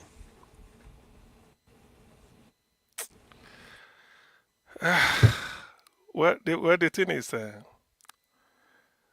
there's a man called Adeyinka grandson, Kayode Ogundamisi. I think I asked him the last time he came here. I asked him that question. That's why when I even saw him, I didn't show up. Adeyinka grandson lived in the UK. Adeyinka grandson and Kayode wanted to recruit him so that they go and work for Buhari. I mean, when you say you want to work for Buhari, the rational thing to say is that convince people as at 2015 you went to work for him that Buhari is capable. That is the way to do it. What did you see in Buhari in 2015? Do you feel that he's capable? He's better than the incumbent Jonathan? Other than maybe what some people may call stomach infrastructure. You want to gain something. That's all. You see, the tragedy of any leader, let me say this, just like what is happening with Tinubu, you may be surprised that educated people who know better than most of us are supporting Tinubu. Not because Tinubu is capable, but they feel that there's a story called the king must dance naked or something like that. Yes. Tinubu needs people that will be propping him because Tinubu is not educated. He's a criminal. So if you are clapping for him, he feels he has arrived. These people are going for him for meal ticket. They feel that Tinubu's mental capacity is not developed. All he needs, and he has so many baggages, therefore he's vulnerable. He wants people to come and after criticizing him, they will now bring him Daniel Bwala, who talked nonsense about him. He will now give him something. What is the name? FFK for food only. He will now come to him. It's all these things. So when you hear, when you see people like, it doesn't make you. It doesn't. You see, there's something that I used to have a lecturer who said, "There's a way you will greet him. He won't take your greeting." He said, "I know when I'm insulted." Forget about all these people milling around Tinubu. That was what happened with Buhari. People like they only went there to work for Buhari for what? In his conscience, he felt Buhari will deliver. Have you heard that Buhari, a president, a former head of state, no certificate, he entered the army. Without certificate, he entered the army. And then because of Nigerian system, he became a general since. Have you heard that Buhari wrote letter to the editor, not to so-called authoring a book or a journal or an article in a newspaper? Have you heard it? This was the man that went to United States to say 97% and 5%. Does he know what percent means? The standard figure for percentage. He told Donald Trump that those people you see killing people in Nigeria, they are not Nigerians. They are from Chad, they are foreigners. Then why are you protecting them? When the governor of Benue State went to Abuja to go and see Otom, to go and see the commander-in-chief, look at what I'm facing. It's beyond me as a state. He said, they are your brothers. Go and cooperate with them. But you told the America that they are not Nigerians. Yet you are using Nigerian resources to protect them. Who is fooling who? And this is the person Kayode Ogundamisi worked to bring into power. And they are proud of saying it. You work for Buhari. You campaign for him to bring it into power. If you are campaigning for somebody, can't you go through the person's background? What made you? What tell me? Because the question should be, for you to go and campaign for Buhari in 2015, you must have read so much about him. What is it that convinced you about the man? Tell us the qualities you saw in Buhari 2015 that made you to campaign for him. You left, you want to go and campaign for him, and they start talking all this. The idea is that everybody is, some people are hungry. So they feel that when we get to Buhari, you know this thing called brain. If your brain is not developed, it's not developed. No matter the type of psychophancy that surrounds you, you cannot. Being a court clerk for 50 years can never make you a barrister. You can't be a barrister. In that same court, you've been carrying file as a court clerk. You know all the lawyers that come and defend cases. You can never stand there as a barrister to defend a case, no matter the years of being a court clerk, until you go through the normal process. So when people see people like Buhari, they want to exploit him. They now come and want to work. What does Buhari know? Buhari is the lowest of the low, a stark illiterate of the worst kind that you people imposed on Nigeria, and you are coming out to work for Buhari. Now look at Tinubu, the same forged certificate, and some people are saying, why people defend Tinubu? All protocols observed though. Why people defend Tinubu is because of what they are going to get. Let me illustrate with this, because I'm not exempting anybody. The Southeast governors, my governor from Anambra, Soludo has first class. Undergraduate, the best student, everything, masters on distinction, the best student, PhD, the best thesis, vice chancellor's award, valedictorian, name it. Very clean from secondary school distinction. Soludo ended the political career of a lady in Anambra State called Uche Ekwunife. Uche Ekwunife had 4 credits, which is not even up to characteristics of a scholar having passed through secondary school, because this thing must be 5 credits, that's not more than 2 sittings. She only had 4. And then she's writing a bachelor's degree accountancy, University of Calabar, master's in business administration, MBA from Nnamdi Azikiwe University. Fiam! She went to and started writing PhD, public administration, Atlantic International University, somewhere in Honolulu, Hawaii, United States. Soludo discovered it during an election and used it to a devastating effect. Do you know what he said? He said, this is a forged certificate. He said in PhD, when you say your PhD, you say the publication that came out of it. It is when you get a publication, a good university will now say, now that you've been able to get this thing that is publishable, please write up and defend. So that when you are defending your thesis, you say, this is what came out of it. That's what is called research. Uche Ekwunife haven't got that. And then Soludo went ahead to say, the university Uche Ekwunife is quoting is not recognized in America. And Nigerian Universities Commission did not recognize it as a foreign university. So where did you get this PhD from? So it's forged. Inan told Anambra that there are a lot of work to be done in Anambra State. It's not only building bridges and roads and giving infrastructure, recruiting teachers, and building healthcare facilities. That when he gets his second term, they will deal with fake certificate. Adiboroja certificate. That is one. Now, that same Soludo is telling Anambra, at least, to go and vote for Tinubu with forged certificate. Can you see it? The reason being that they are gaining money. Tinubu want to give money. That's why all these governors, 32 or 33 or 34, everybody is just joining. So we are now a part of Tinubu. It's to get money from the man. They know he's not capable. Tinubu's brain is not developed. It's only about how to carry cocaine. That's all. Yes, now, no school. He can't point. He can't point to any school that he attended. He cannot. So people coming to him, when you hear professors like Soludo will tell you Tinubu this devil Mahio, they are looking for money. But I don't, because Soludo said in the end he want to point to Ndanambra, this is what I did as governor, and he needs money. So he's going to Tinubu. It's as simple as that. We know it. If you confront him and said in Anambra, you said no forged certificate. Why are you pushing us to Tinubu with forged? The logic, he won't defend it.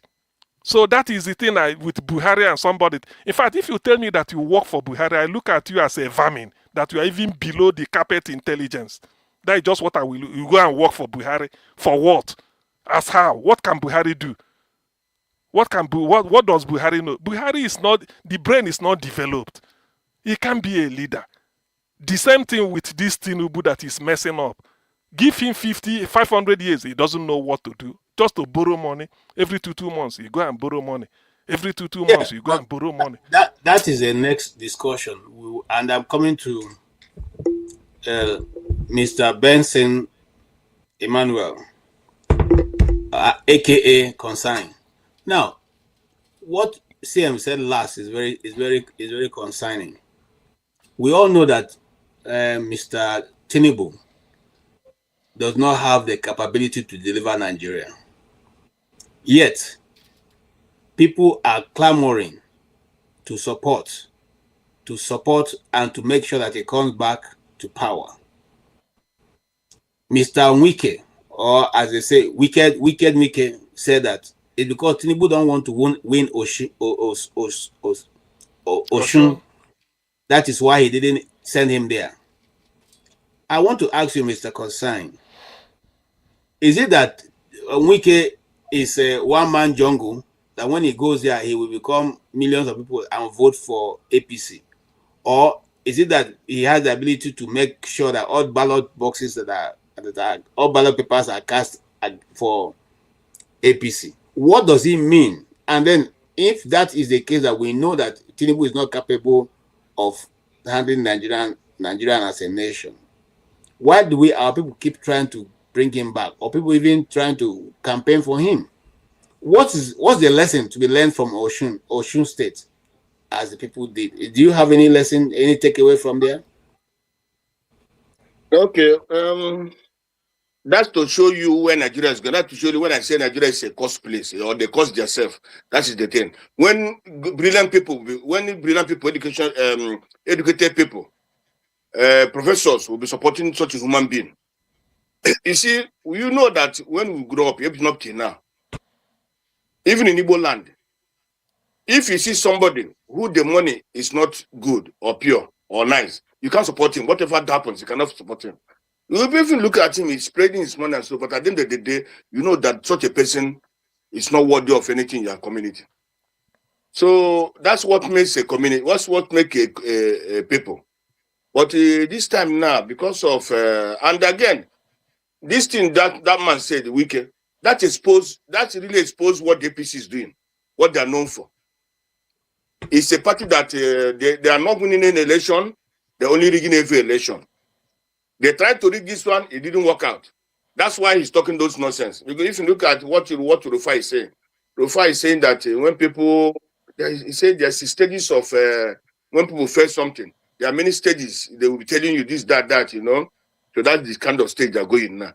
One, they tried to rig it, it didn't work for them. The people were on them. So that's why they come and start talking all this nonsense they're talking. For Wike and the Tinubu and so on and so forth, it really exposed them so much to show you that what they only master so much is how to rig election. Now they tried, it didn't work out. For the borrowing and all the rest, you see, this borrowing will continue. And where is the money of that borrowing going? That money of borrowing is going to is for bribing people. You bribe here, you bribe here, you bribe here. So that's what the Nigerian people don't want to. Those who are supporting him, they don't know that their country is going. Who is going to pay this money? You have in America, you have many of these things. Even this FBI something and so on. They're releasing these documents. Even the court, all this is just bribing people. bribing people, bribing. In Nigeria, it's bribing. He's bribing the, what they call it, some of the pastors. He's bribing almost everybody. That man is bribing everybody. And that money they are borrowing. They're not using to do anything better. It's only to bribe. So if Nigerians want to save their country, it's not they can stand up and protest and say this country cannot go like this anymore.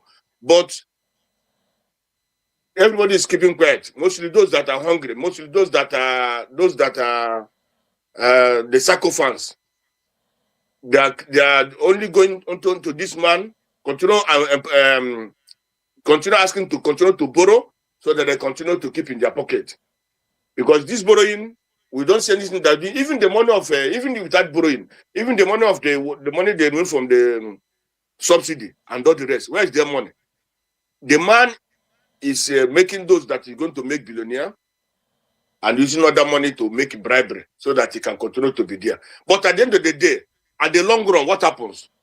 Who is going to suffer? Even now we are suffering. The people are suffering. And if you control like that, more people will going to suffer. And where the country is going to hell. Nigeria is going to hell. Because with the money this man is borrowing, with all that he's doing, with all the nonsense, okay, even this election, you know how much the budget for the election? They have budgeted billions and billions and billions for the election. You see, so to let you to tell the truth, this money they will continue to borrow this money. The terrorism will continue to be there. The killing will continue to be there. And nothing will work in Nigeria as long as this man and his all this is follow this and that there. For Wike, all these things Wike is doing. You see, Wike is afraid. Wike has offended Obi. Wike has offended what they call Atiku. If like Atiku win the election today, Wike run out from Nigeria. So everything Wike is doing is so to see that this fraud is continuing to going on and continue to protect himself. That's the only why Wike is not talking nonsense. He's talking, throwing jab at Obi, throwing jab at this, throwing jab at that, throwing jab at that. But those that supported Wike, that those G5 made tribute, supported tribute that time, all of them they are regretting. They have already regretted. So it's better for the new people now, those who are doing supporting also, to move from their position and find a better way to do to support the better candidate. But at the end of the day, my brother, the country, the way it is and the way it's going, it's already cost itself. The country cannot be good. We only pray. I hear who said that. I will only pray that one day, like what Trump said the other time, one day, had the country be divided, nobody will know. All right. If anybody think that the country cannot be divided, that person is making a mistake. Why these people from the southwest are supporting Tinubu? They are supporting Tinubu so that they already know the country can never be good. These people, these southwestern are supporting Tinubu. They know that the country cannot be good. So what they are trying to do is just let's support him so that he can bring whatever he can suffer from Nigeria, can go from Nigeria and bring it to us, develop our place. But if to say that they know, if that they are supporting that the country will be good, no. They're lying to themselves. They know that the country cannot be good. Anybody who, let's say a dumb person, somebody who has no single brain, that will believe that Nigeria will be good, it can never be.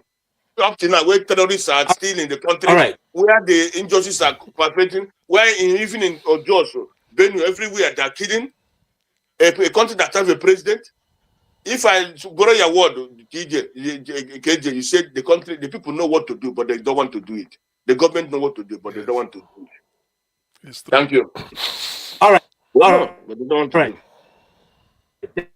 Thank you. I'm coming. I'm coming. Oh, you're welcome, Mr. Tony. I'm coming back to. Oh my God, what's happened to my network today? I'm coming to you, Tony. But I want to ask CM a very quick question. CM, we're still on this topic, but let's pivot a little bit away. Our sister Mary Habila had been secretly buried. Autopsy report not known, and no police case, no military case, no court thing. We have our daughter, our dear sister, beautiful Betty Edu, as the 90s, Mrs. OJ, right? That's also one of those of money and money missing and money transaction up to 1 billion naira reported. We're not saying that she was corrupt. They're only saying that EFCC say we found her to be wanting in this area. The case went to court. Up to today, there's no news. Betty Edu's case went to court. Up to today, there's no news. But what do you make of all this? Because these people say they are fighting corruption. And then these corruption cases come up and it disappears through the window. Is it that Betty Edu, who I believe may not be corrupt, may be used? So they found out that they cannot send an innocent woman to prison and they quietly put it out. Or what? What is your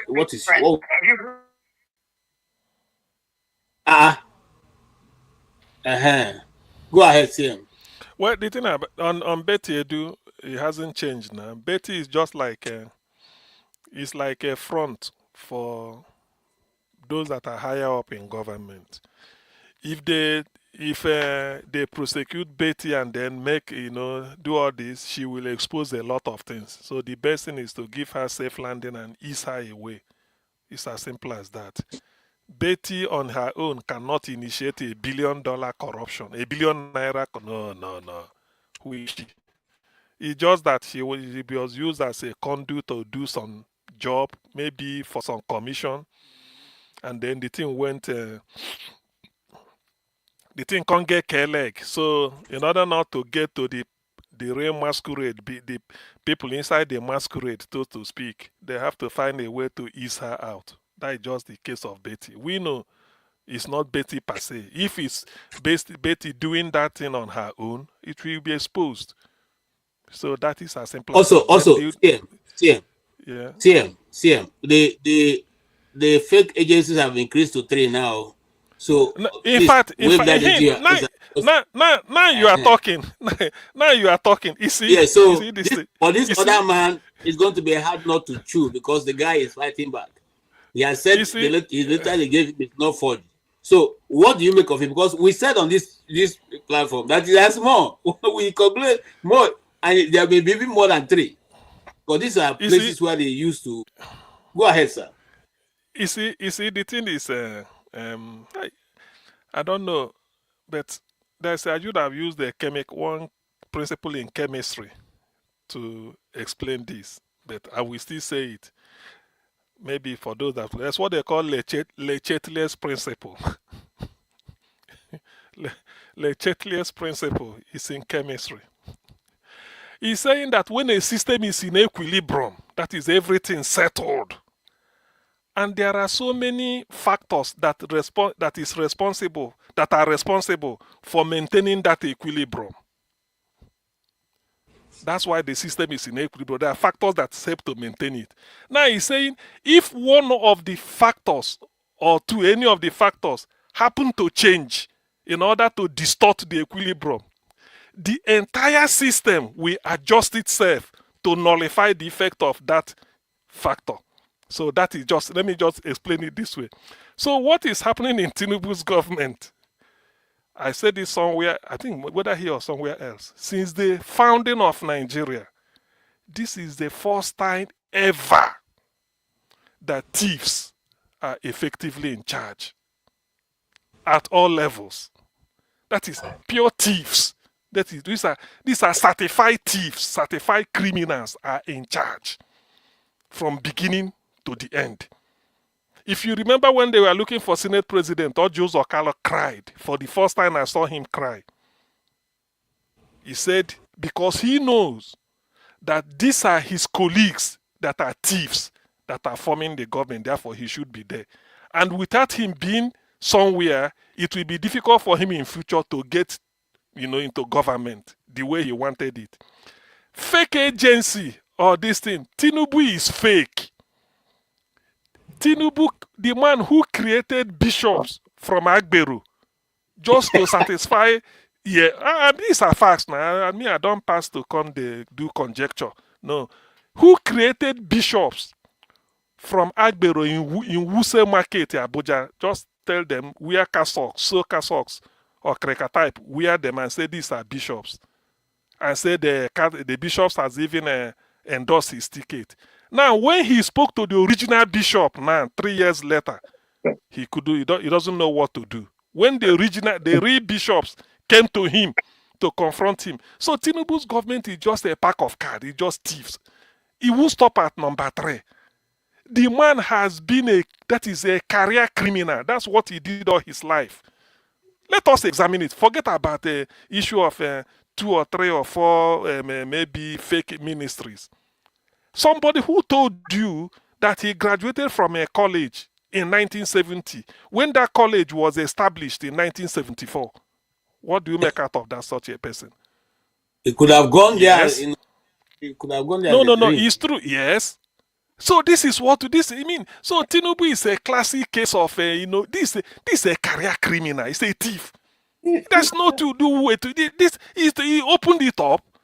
You form it. Say okay. So padding budget is not enough. That's why for the first time in the history of Nigeria, you are operating 2024, 2025, and 2026 budget simultaneously. It hasn't happened since. I stand to be corrected. Let somebody say it has happened before. You are implementing 3 budgets at the same time. None of them, you just budget money and then you won't do anything. For the first time, you have somebody tendering how many trillion naira contract. No tender, nothing. You carry and give Chaguri. You see, all these things, I'm not really surprised. All these fake agencies, how to all the money he's borrowing, instead of borrow it from whatever into his pocket, he will put it to fake agency. Where is those fake agency? He knows better. But the thing you have to understand is this, or you have to ask yourself, at nearly 100 years, Tinubu is closer to 100 than 70. At nearly 100 years, what is he stealing all this money for? That's the question. So what is Tinubu stealing all this money for? Just klepto. It's a disease. To be honest with you, it's a terminal disease. What is he using all this money for? Stealing money left, right, and center. You part budget, no way. Lagos state government, Alpha Beta, you are collecting money. You now go out to borrow money on behalf of Nigeria. Who will pay this money that Tinubu is borrowing? Somebody said the moratorium hasn't started. Then who will pay it? And when I ask people, let me end on this note. All of us here, 4 of us, we all know that if you want to borrow money, probably from somebody, just a person, personal, you as a friend, if he doesn't trust you, say, oh boy, okay, let me hold it. Give me the paper to that your land, make I hold. So that if you don't bring it, that is collateral. If you go to bank, UBA, First Bank, any bank, and you want to borrow money, they will say no. They will not ask you for collateral.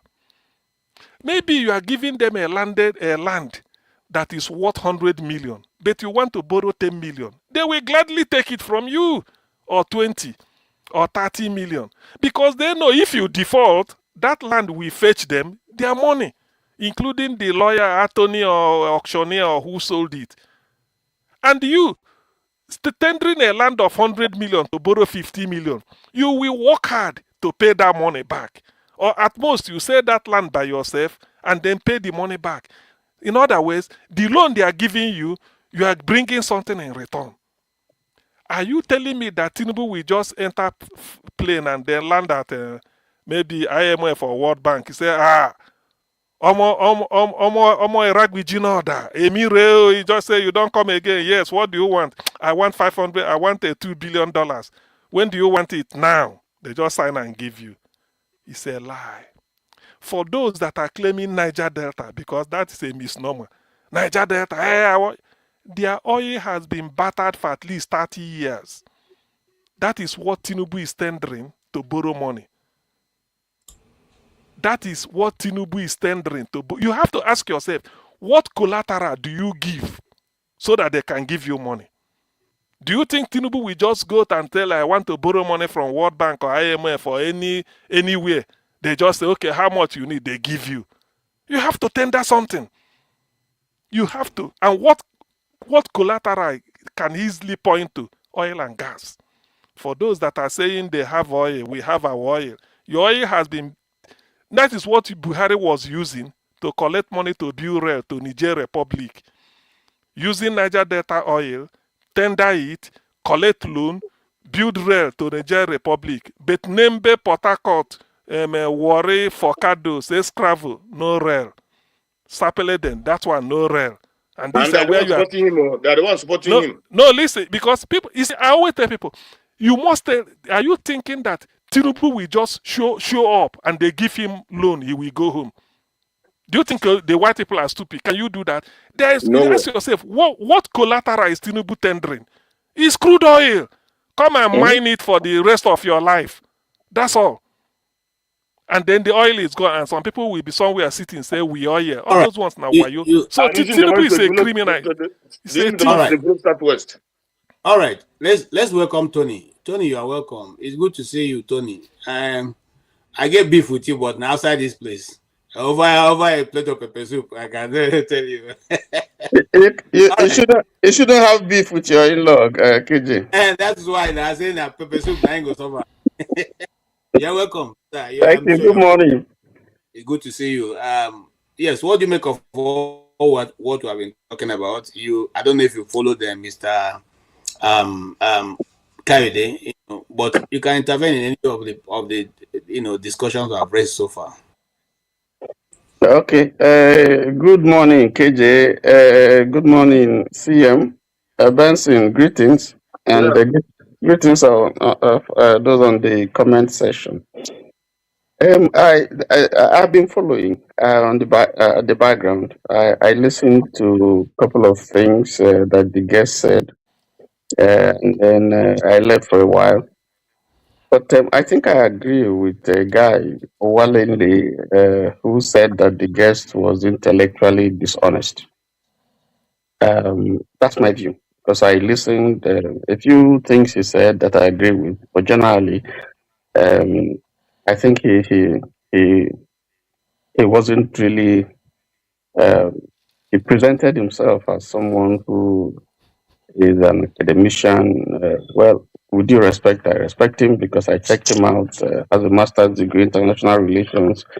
I think 2 masters or something. And so he's well read. He's an established journalist. I read all that, and he's paid his price due. Was arrested by DSS as a result of his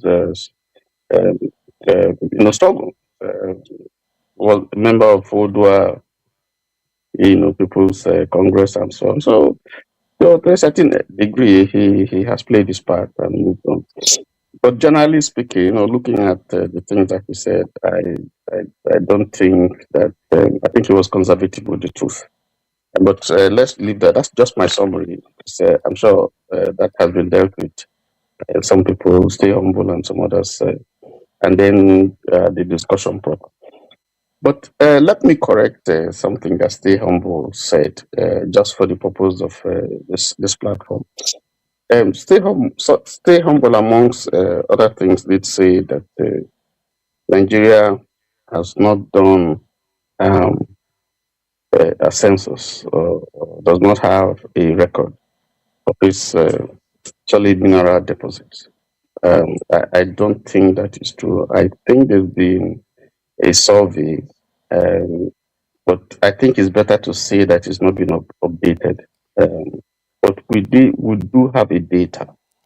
We do have that data which was done so many years ago. But in terms of updating it, I don't think we have done. It doesn't reflect the data that we have. It doesn't reflect the entire capacity of Nigeria's solid mineral deposits. And that's one industry that has been very, very well abused, because you have all commerce there. People are just milking and taking stuff from Nigeria and taking to Dubai, to China, and to some other places. As if There's no government. But that's by the way. I just wanted to point that out. You can check that out, and you would see, you get all the details. Now, where do we start from? Let me take Umahi, the Umahi case, because you did talk about the lady that was died in mysterious circumstances in his house, in his residence, private residence, and he's been buried. There was a lot of hulubalu over the death and so on and so forth. But it's a shame that we're in a country where if that lady died in my house, I'll be perhaps in jail. I'll be in detention. And the mystery surrounding her death has not been unearthed up to now. You did say we haven't seen the autopsy report. We saw an attempt initially to just bury her as quickly as possible. If you look at the pronouncements of Umahi, from the things that she said, he gave the appearance that he was there at the final minutes of the lady's death. And from what we know, I don't know, it doesn't appear that he was there. So there are certain statements that he made, the last statements of the lady, which kept me, for instance, wondering, were you really there? How did you get this information? Had discussions with the boyfriend, and so on and so forth, very sensitive issues that he relayed. And people are asking, you can only get this information if you were there. Okay? And this is not the first time that we are hearing that, this man is associated with people dying. We have the Nilan engineer, it's not been resolved. Again, if you investigate that from the things that we know, he was the first person to announce that these guys are dead, even when investigation was ongoing. And if you go deep from what we know, from the family of a member of the 5 engineers, who was not satisfied with the way the issue was being handled, decided to invite a private investigator. And the private investigator was doing well. He was able to track and do some triangulation, and they were able to find discussions between a certain person, aka Small, now late, who had called a family member to say that one of them, they had an accident and they should pay 50,000 and you will do X, Y, Z, and so on and so forth.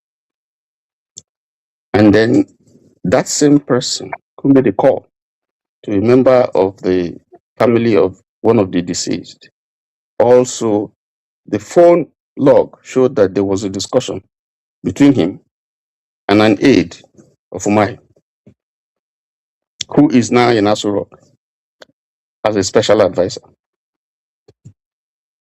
So you can make out whatever you think from that. This is in the public domain. And we know that Umahi had an issue as the governor with the Nilan engineers because they were standing on propriety. They were engaged by African Development Bank, because they wanted the project to be well supervised and done. Meanwhile, Umahi wanted to hijack that project and have it done by himself. And those people were saying, for propriety's sake, no. We're supposed to be the middleman between African Development Bank and the Ebonyi State government. And we are paid, and it's just to ensure that we supervise this project. And I think it was a ring road project, supervise this project to ensure that it's properly done. So there was an issue. And then there were threats here and there, and eventually, what happened. I am saying this as a background to show that it's only in Nigeria this kind of a thing will happen and it will be swept under the carpet. Now, if you have someone who is constantly being associated with dirty things like this, those he has owed, there was a woman who came sometime and said a couple of things, how he did jobs for this guy and Professor by experience, and she was not paid and he made a whole lot of noise, although she retracted it and then came back later on when she was shamed to say she's sorry, she was giving money, blah, blah, blah. And there are a couple of, there's also a lady in America here, an engineer who also has said something. And there's a man who is a schoolmate to this same professor by experience. And they all have catalogs of things that they're saying about this same one person. Cut the long story short, he himself has said with his own mouth that is dangerous, that is now very dangerous. He's made a lot of money. He's there in public media. But I'm just saying that where we are here, if you have someone who is serving the public, an appointee of government, and is enmeshed in all these types of infamy, alleged infamy, pressure alone will force him to go to leave his job, or he would even resign, and then he will be prosecuted. There'll be investigation, So, but his conduct and the fact that the state, the institutions that are supposed to take proper action, the laxity, the kind of nonchalant attitude that we see here, gives the optics that there is something that is being hidden. And I don't think that is good for both the person we're talking about, for the state and for the person that is serving. So when you look at it and the horrid way this lady was buried and the circumstances and so on, you just feel sorry for Nigeria, because this has been going on and people make all kinds of statements and so on and so forth. And it just appears as if this is just a jungle where everything goes. But so we'll leave Umahi there. And I thought there was something else you mentioned that I'd like to comment on. Is it Osun or something? Did you talk about Osun? Yes, it's talk about Osun. Yes, the the Osun case is amazing, because what you hear now is a narrative that is being pushed out to suggest that, the president is a Democrat. The president didn't want interference in Osun. The president, has. But you ask, there are critical questions you have to ask, in answer to that question. And one of them is, if the president, if you look at, and I said it somewhere in another platform, if you look at the developments leading to the election, you would see that rigging started from there. What do I mean? Accounts were frozen of the state, of the local government. What is the intention? Cause an insurrection, make the governor look bad, perhaps cause a riot, strangulate the government so he will not be able to deliver. That didn't work. And you will think that this is a man who loves democracy, who had gone through that same type of, under Obasanjo, you had that kind of incident. So he's familiar with that kind of a thing, and he fought against it. And you will think that, he would never allow that kind of a thing to happen. Now, the president has said that, he didn't know, he was sleeping, or he was somewhere, he was away, he didn't know that someone's account was frozen, and then he instructed immediately. But if you look at that, was after there was a lot of outcry. People started, talking and speaking about how unfair that is. But in any case, it didn't strangulate the government. The government was still, doing what it will do. Cleared arrears of salaries, was paying salary, which Oyetola didn't do, which Arebeshola didn't do, because Arebeshola left a lot of arrears, unpaid salaries. People were not paid during his term. Now a man comes in and he's done this, and he's doing, in terms of rules and so on, the thing that he did. And so it's like a challenge on the APC system, particularly for the man who he defeated. He defeated, the former governor Oyetola, who is again, we hear related to the president.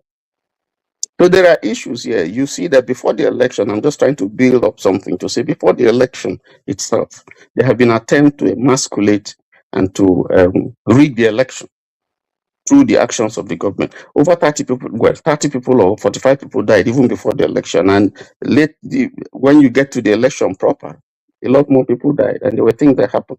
Now, you had threats and intimidation. You have Father Wonsi who came to say, don't vote for anybody who is I mean, kill anybody from a court party, kill members of the family. You had the Faleke who came from Kogi, and he was saying almost the same thing. You have, a certain guy called Wale okay, who also made some pronouncements. And the woman, if you remember, there was a woman who was, who said he had a gun and he was ready and he was saying all kinds of things and so on and so. Those were intimidating tactics to get people scared and not to come to vote. And then of course a day to the election, you had the chairman of a court party resign and defected to APC, urging Accord members to vote for the APC governorship candidate. And then lastly, APC also shot itself on the foot because in the primary process of electing who will be the governorship candidate, there was protest. Someone like Omishiri left. And we hear that during the election proper, he got his supporters, to support Adeleke. So those were some of the issues before the election, a priori, And then during the election proper, we saw all that happen. We saw massive rigging. We haven't seen the level of monetization in any off-season or any off-cycle election than we saw at Osun. We saw a massive influx of security agencies of all sorts, the military, the police, several commissioners of police. My count was 28, several APC governors, some say 17, some say 22, we don't know, some say 12, but we saw quite a number of them, plus their aides, plus their national working committee, NWC, they were there, led by the Senate president and so on. So you could see that there was a build-up. There was a determined effort to capture that state. So when you hear narrative like, oh no, it was negotiated, oh no, the president didn't want to do anything, this is a man who has said that he will wrestle the opposition to the ground. This is a man who has said that, all politics is fair. This is a man who had rebuked someone who came to see him to say, this country is not going the way it should, and including even the bishops who also went later. And he told them, I suffered so much to be where I am. You go and suffer your own, and so on and so forth. So when you look at the optics and you would see that it's difficult for anybody to convince any right-thinking person that there was not a determined effort and sustained effort and investment to capture. Over 110 billion was spent in that Osun election. We haven't seen that spent on any off-season election in Nigeria. We haven't. Okay, so and then you saw hijacking of ballot boxes, but thank God to Osun people, they were determined, they were focused, they were ready to defend their votes. They arrested some people who were sharing money, arrested people who were carrying guns. They immobilized themselves, went to INEC, followed the ballot box from the unit to the ward, collating center and so on. I mean, you must give it up to them. And then, of course, individuals who played roles, Davido, the Adeleke family, Adeleke Senior, and all that. So it was a sustained resistance against what they felt they didn't want. So, and they didn't look at the fact and the sentiment that the president is from there, let's give him the state and so on. No, it wasn't. It was a determination. But was the election free and fair? No, it wasn't free and fair. And then you look at what happened after the election, what is happening now. The attempt of the party to go to court, and definitely I know they're going to go to court. If it's free and fair, if you is negotiated, why would you want to go to court? Why was there an attempt to kill whoever, whether Davido or whether it was the governor? We don't know. And we hear right now that there's an attempt to attack even the local governments because certain people felt very, very bitter. In the day of the election proper, we saw the same man who said they should kill Accord members, kill their families. We saw him also almost repeating the same thing, threatening and intimidating people. And nothing has been done. You're wondering, where are the security agencies? Why would these things that ordinarily in other crimes would lead to immediate arrest and prosecution of these people? Because it's caught on tape. So it's not speculation. There's evidence. There are witnesses. So we're not speculating. Even though I grant that you are presumed innocent until proven guilty, but you have a prima facie case of someone who is, and even though he denied, he says, I said, oh, that's not what he meant, but there's a video of it, and he himself said they should record him. 70-year-old man, or more than 70. So the optics is not good. I don't think that's the way we'll proceed. But I think it's also, for me, what do we learn from that?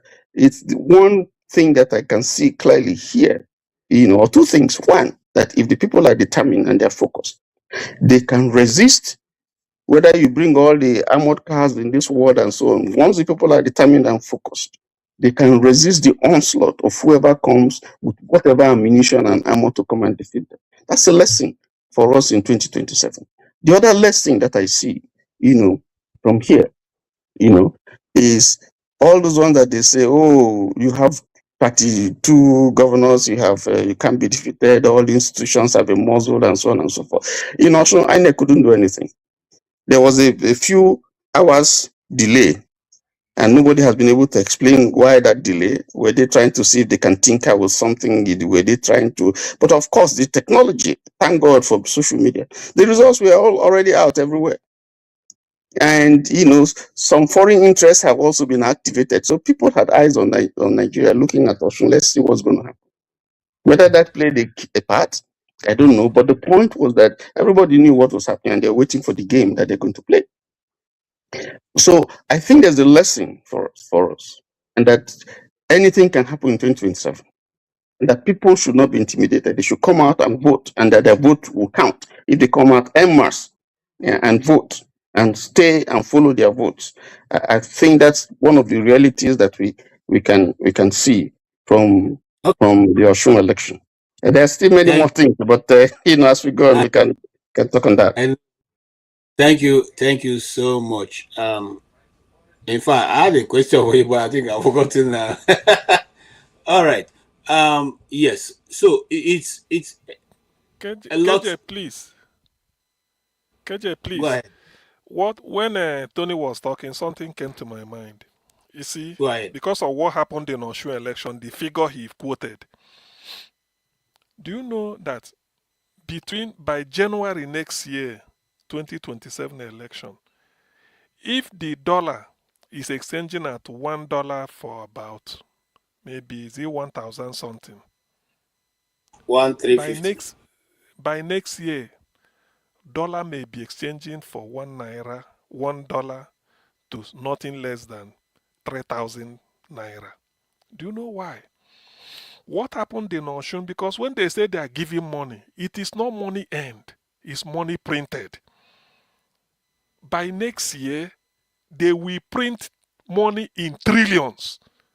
And in fact, when I saw that Osun's own, Osun was like, when you want to give bread to the public, you keep it in a table, people are seeing it, and as they queue, you give them one loaf at a time. So this was what I saw. Money packed like a brick on a table.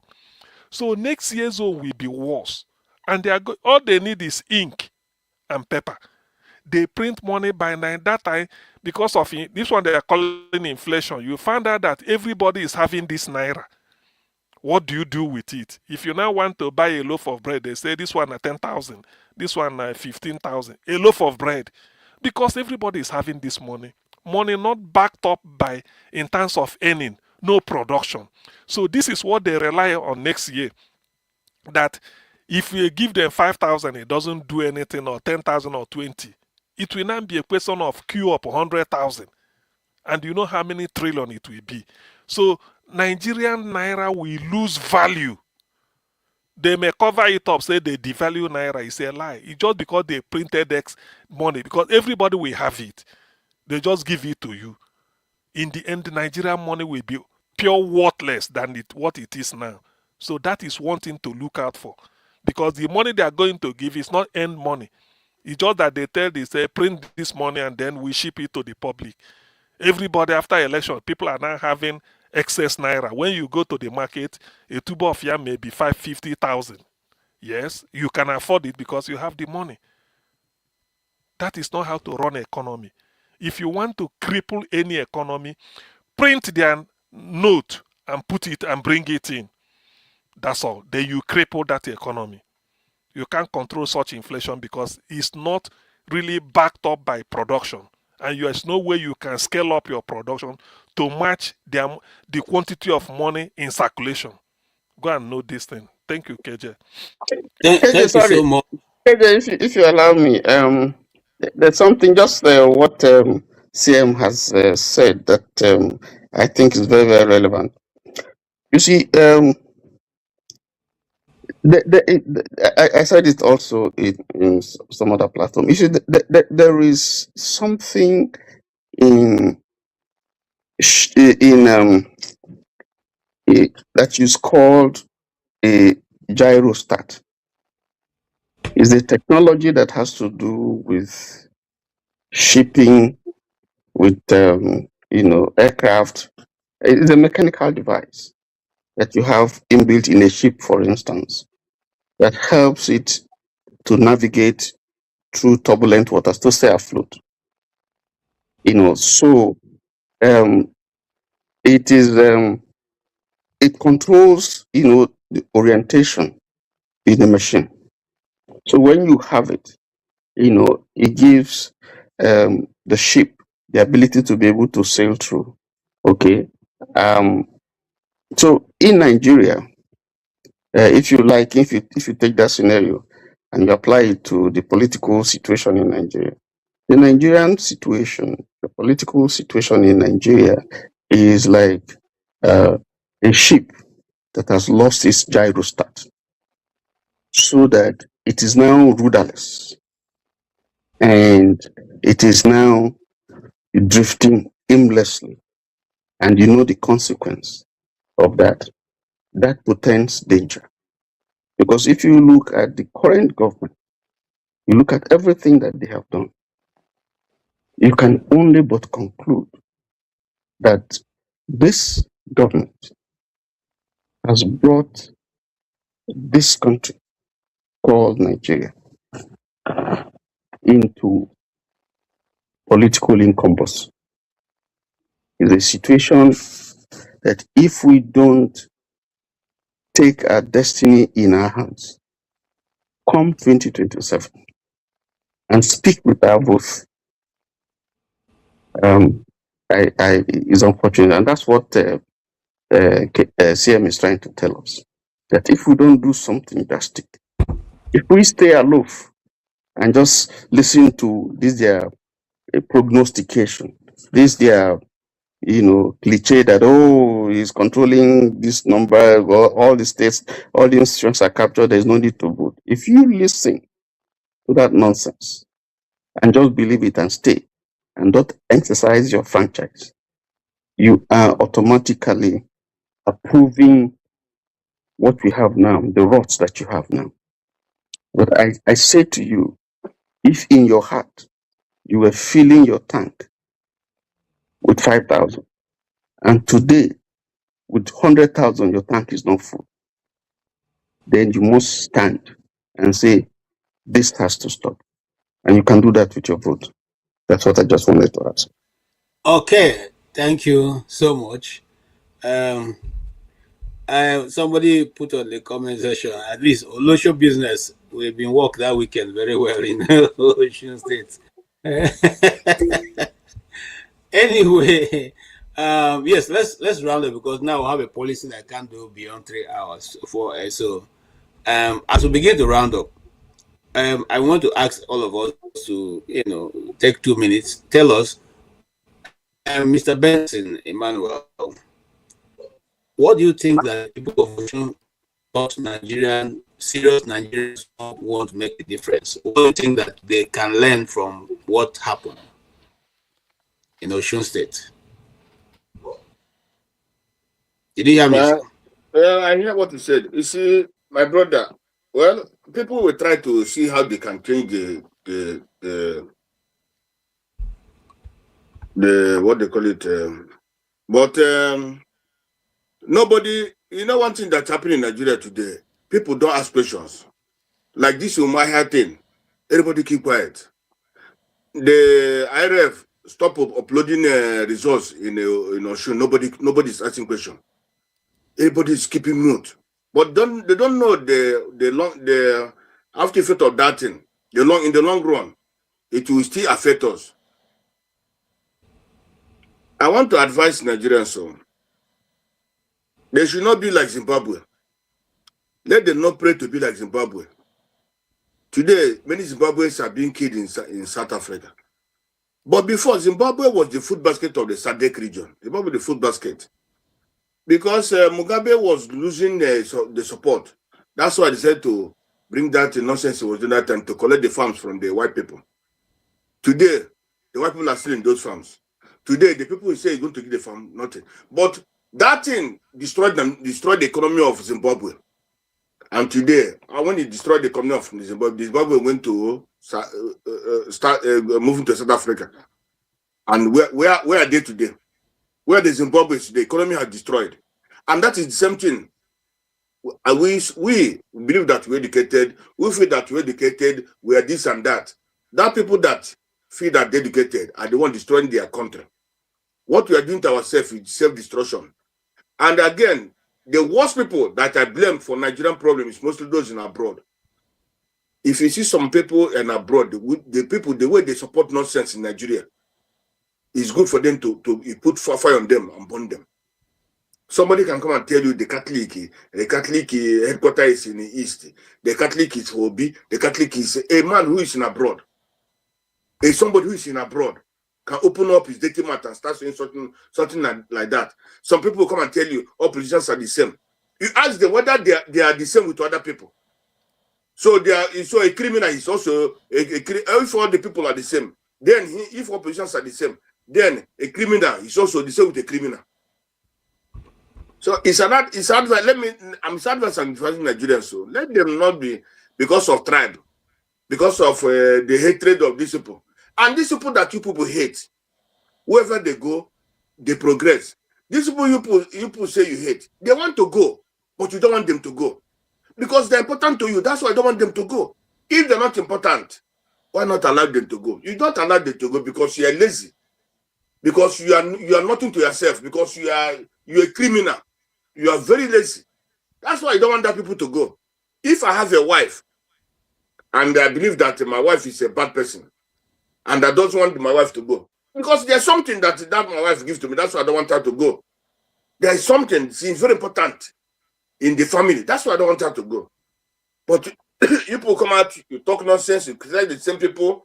That people are industrious, go to Aba, go to everywhere, even go to Delta. Many of the things been developing Delta is the same people. In River State, the same people. In every country, the same people. Even in Gabon, almost all the whole Africa, even outside the African listen. In Japan, when we are in Japan, Nigerians are the most hard working there.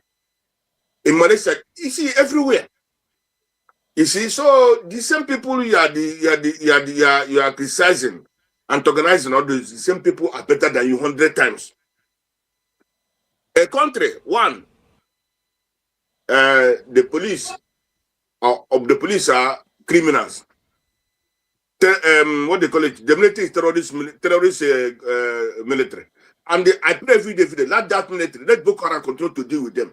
The way they deal with the Easterners, go to East to kill Easterners, go to Delta, go to many of these places to kill them. They don't kill them. They don't kill in Southwest. They don't kill in the North, which are bringing the Boko Haram. They don't kill them, but they go and kill innocent people in the Southeast and South. The Boko Haram and other forces cannot to do that military. That is the terrorist military. That military is terrorist. The police is a terrorist police. The government is supporting nonsense. Those that we believe, the other day, show me more. So this former PDP spokesman, he was telling the Igbos that they don't know Igbos have good people. Look at Omari. Look at I was looking at this. I guess this is crazy. We should have good people who can rule. Not even Obi. They have Omari. They have what they call it. They have. He was even bringing those useless Igbos. Governor of Imo State, Soludo, former governor of Abia State. That's the people he was mentioning, the people that can rule Nigeria better than the other person. The people that he was reject, those people cannot win any election in Igbo state. If there's in Igbo land, if they say let's have a good election, that's what the man is bringing that to us. The people that can rule Nigeria, the people can rule Nigeria. You see, every time they start making their propaganda, now the propaganda ask again. They said if Obi, now they bring that propaganda again. If Obi wins, Obi will develop data. Obi will make data to have a good support, rivers to have a good support. So that means there's wickedness is in these people's mind. So it's very, very bad for data to have good running support. It's bad to rivers to have good running support. It's bad for Calabar to have good running support. If there's support in all these places will develop like Lagos, like other places. And the what they call it, the job this thing will reduce. But they don't want it they don't want those places to develop. They don't want the job this to decrease. They want the job this control to be high. And let everybody come to Lagos to control to suffer and die. And so all these propagandas, and the people, our brothers, are even buying these propagandas. You understand? So you see, like I said earlier, Nigeria problem, they know what to do, but they don't want to do it. And those that are supporting them, who say they're professors, who say that nonsense and nonsense, let them continue to do until we become worse than Zimbabwe. That's when they will know where they are. Thank you so much. Thank you. But Mr. KJ, I sent you my number the other day. The other day I read my number, but nobody called. My number. Okay, put it on the private chat again for me, please. I read that day. I said no, but okay. Put it again. Okay. Mr. CM, please go ahead. Okay, thank you. I even want to have Benson Emmanuel. Later, we still need your number. There's something I wanted to discuss with you, but please, yes, put it on private. Let me call you for you. You have a pen, yeah? We have to write it. Yes, I do. Let me wait. 240 476 0461. Okay, and this US. Call it this is one of my number. That's okay. Okay. Thank you very much. Thank you very much, Mr. Tony, Mr. CM, and Dr. KJ. God bless all of you. God bless you too, sir. Thank you. Yeah, you see that this discussion we're having today. Those people didn't come. They can't come in this kind of discussion. You see those people, they won't come. I know where they used to. I know when they used to come. When they come to talk about their nonsense, they used to talk. Okay. Thank you. Okay. Those people that will not come. Thank you. Okay. All right, thank you. In my closing this thing, I think I forgot to say something about Dave Umahi's escapade and the lady that died. Well, the thing is, because Dave Umahi is being covered, but my take will be what the family that lost their daughter, what are they doing? Because in the end, it's a human being that died. It's not a cockroach or a rat. What are the family doing? Have they been paid money and they keep quiet, or for what for? That's one. Then Dave Umahi on his own. You see, sometimes when you put yourself out, I'm not that too biblical, but for those that are, many people know things, say I'm not a Christian. When you are attacking an innocent man like Peter Obi, every time, Peter has grace. Now look at the type of calamity that is befalling you. A minister and somebody came to your house to come and die. A single girl, a prostitute or something like that. And then you are covering up. Yes, you know the girl, he was this, he was that. All these things are just rubbish. The fact that somebody died is enough for you to step aside for independent investigation of what led to the death of somebody in your own house, and you are covering it. Is that not enough shame? Yet, we still have a government who will come out one day, and this is Dave Umahi challenging Peter Obi to a debate. It's a shame.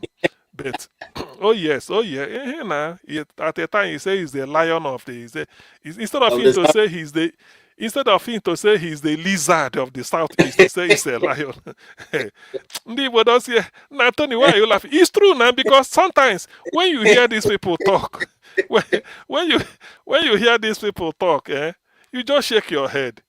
Dave CM, Umahi. he Yes. even insulted Igbo people by saying if there's anybody that is even qualified to contest for election from the southeast, it is him. It is him. Oh no, oh Nah, With no, that, with that, you see, you see, oh you no. see, you see, sometimes I said, I wish the likes of Sam Bakwa are still alive. I wish. Anyway, this type of, you see, this is what you get. Do you know this Dave Umahi, his travels, at least I can still read one or demand.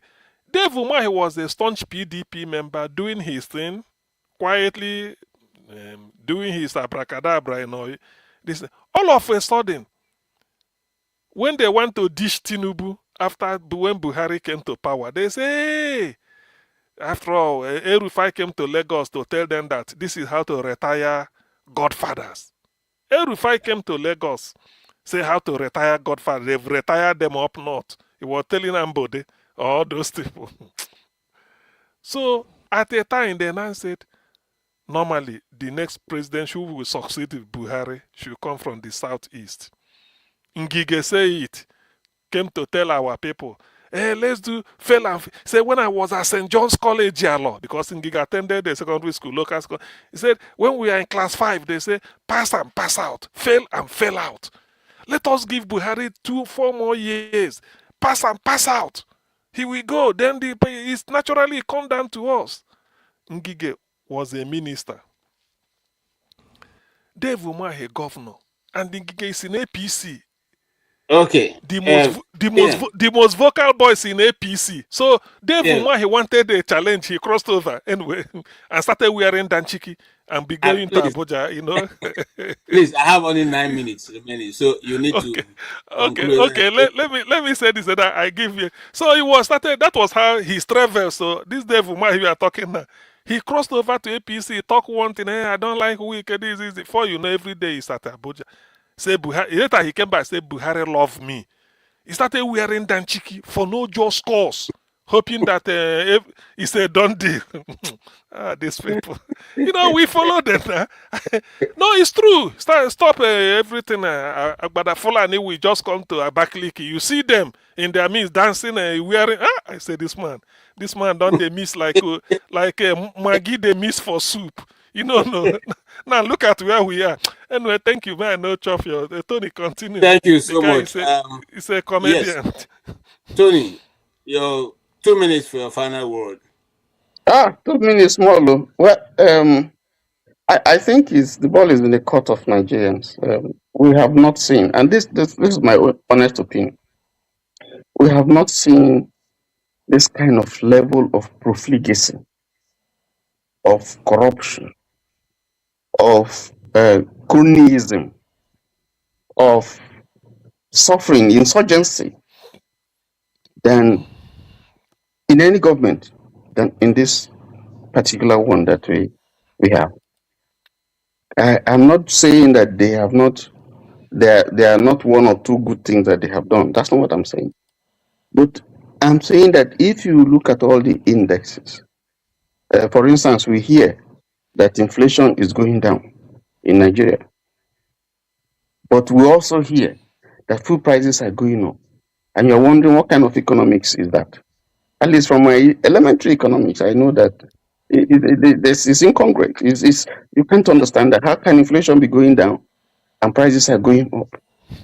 If you look at every metric today, and you look at the life of the common man, anybody who tells you that his life is better now, except a few who are exploiting, who are stealing and looting, generally speaking, if you look at the metrics, it is clear that this government has failed.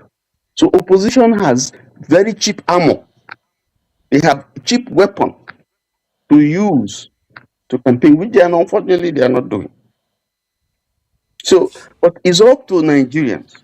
Again, I emphasize that. If you think this government has done well, vote for them. But if you believe that this government has ruined your life, and in 3 years that they have caused so much disaster to this nation, and looking forward that you can't find any justification to vote for them to continue, Because second term is usually when the incumbent just relaxes and does anything that because he's not going to face any other vote. If you feel that way, you must speak, you must come out, you must take your vote, and just like Osun has demonstrated, you must do the same thing. Speak and speak loudly and guide your vote. That is my closing comment. Thank you so much, Tony and CM. Thank you, guys. Unfortunately for us, we have a new timetable we're operating with now. The editors find it difficult once it's above 3 hours, so we're trying to keep everything within the 3 hours margin. And so I may not be able to accommodate any more person coming in. And then even I see people behind the stage, but I'm not going to bring them in because I can't do that. I just have to, fold up for now. But we'll be here. I mean, and I'm looking forward to some of the topic that CN have suggested. We want to look at the those topics and make it a single discussion for the 3 hours we'll be holding it. From now forward, once we start, we'll say this is our closing time. So we can't, accommodate once that time is here. So on that faithful note, I want to thank all of you, CM and Tony. You've been very good. You've all done very well. Thank you for all your suggestions. In fact, the reason for this program is for us to make inputs into the development. So if those who are policymakers are listening, look at what will make the country greater and great and the regions strong to want to unite. But if you keep looking at what being transactional, what can make you better, what will make you a better politician, what will make you continue to remain in power, that's not going to help anybody. On that faithful note, I will say that the people of Osun have made their choice. And now comes the bigger question, not just for the Osun people, but for Nigeria as a whole. And that question is, what does this choice they made in Osun mean to us going forward in the coming election? The Osun people stood. Is the government of Osun, the man who have been returned to power, going to stand for the people? Or are they going to be, abysmal, just like they did, in going to prostrate for Wike and going to prostrate for the president, even though the people of Osun have clearly said, we do not agree with these people? That is a big question for all of us in Nigeria. Will political victory translate into better schools, better and stronger health care? Will it translate to greater security for the Nigerian people? Will it translate to great jobs for the youth, teeming youth we have everywhere with talents, abundance of talents? Or shall we continue in the same way they've always run the business as usual? We have won. And so for the next 4 years, we're just going to cruise, enjoy ourselves, buy the latest Prado Jeeps, Lexus Jeeps, Mercedes Maybach. That is the sign of politics, and that's the sign of development in Nigeria. The people traveling from, David Umai, your people have been stuck on the road for 3 days now between Benin and, Lagos. Nobody is going forward, nobody is going backwards. Is that the policy we'll be seeing going forward? And those people sitting in this traffic jam, are you going to return to the polls and vote again for these same people who can't even maintain a road that you can pass? Just maintain it. That's a question for all of us. Because at the end of the day, Nigerians don't live in the political manifesto. They live in communities. They go to markets. They send their children to school. They pay house rent. They buy fuel. They power their generators. They power their hair salons. How does politics translate to these ordinary, good Nigerians who are suffering the brunt of misgovernment since years that we cannot even think about? And how do the Nigerian people intend to go about the cohesion of the Nigerian nation as a whole? For 60 years now, we have been battling between understanding how to relate to one another. And nobody cares to call a spade, and then identify the elephant in the room. Are we going to also continue another 4 years dancing in limbo? The unfortunate part of it is that an ostrich, even though it's hiding his head on the ground, the whole of the voters is outside. That's who we are. That's what Nigeria have become, whether we like it or not. Because certain individuals and countries will not be able to talk to Nigeria. And many of us will not have been outside the shores of Nigeria if our people had just had a little compassion for the citizens of Nigeria. Now, since they don't have compassion for us, you and I going to the pool should not also have compassion for a good governance and what belongs to you. You should take it back. Take it back.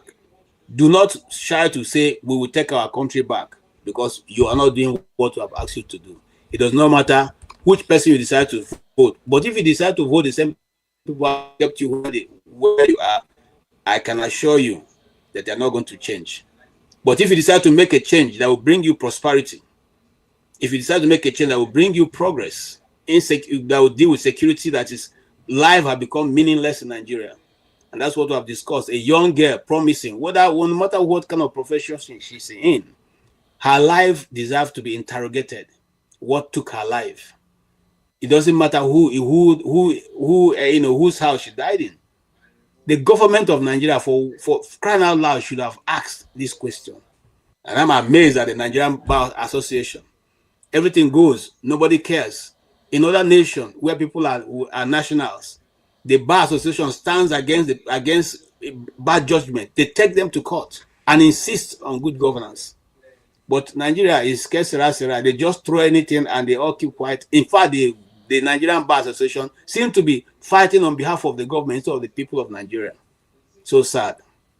But that's how we're going to leave it. We'll meet all again next week with another, very interesting topic. And these gentlemen here have given their time and their talent. We just want to bless you. God bless you. And have a blessed week as you go to it. KJ, please tell Benson Emmanuel, the number he gave is not WhatsApp enabled. So I can't reach him on okay, he has already signed out. But next week, I know he signed out. So if he's in touch with you, let him know. If he's listening, he should know. Thank you. Okay. Thank you so much. And on that faithful note, I say thank you to all of you. And bye, Mr. Tony. Yes. And so is the show for today. On behalf of Dr. Rudolph and every member, everyone who has contributed to helping do this show. We'll have Mr. Show, who is always behind doing all kinds of wonderful work. We have our sister Ngozi somewhere in Nigeria also doing a lot of work. Mr. Ola, who is also doing his own bit. Mr. Chukuma, who is somehow, one way or the other, is a magic man here, putting everything together. And, one other two people, can't remember their name right now. Mr. Forefather. And every other host who have helped to be on this show, bring this show to us every time. We say thank you. Let us learn the lesson of Osun. What's the lesson of Osun? That's the word, my last word for you guys. The lesson of Osun is, if we are more, we will defeat any power. Go out, have a plan. Youths of Nigeria, this is your time. This is your time. We fought the Abacha government, and Abacha was no more. You can do the same. The military that was driven out of government was led by the youths of that time. You guys are the youths now. You have to make a way for yourself. If not, the same way they ate our own youths, they will eat your own youth. And before you know it, you are above 60. You are above 70.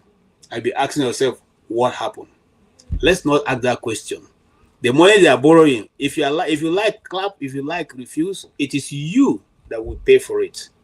As at the last count, right now, each and every Nigerian owe over 300,000 each person, and even the children yet unborn. We need to do something. It's time for good governance. If not for anything, let's start afresh. If not for anything, let's make sure Nigeria moves at the right path. On that faithful note, I say thank you so very much. And remember, this is my last word. Keep it in mind as you go on into the week. By all means necessary, you must have electricity. And you will not pay for estimated bill anymore.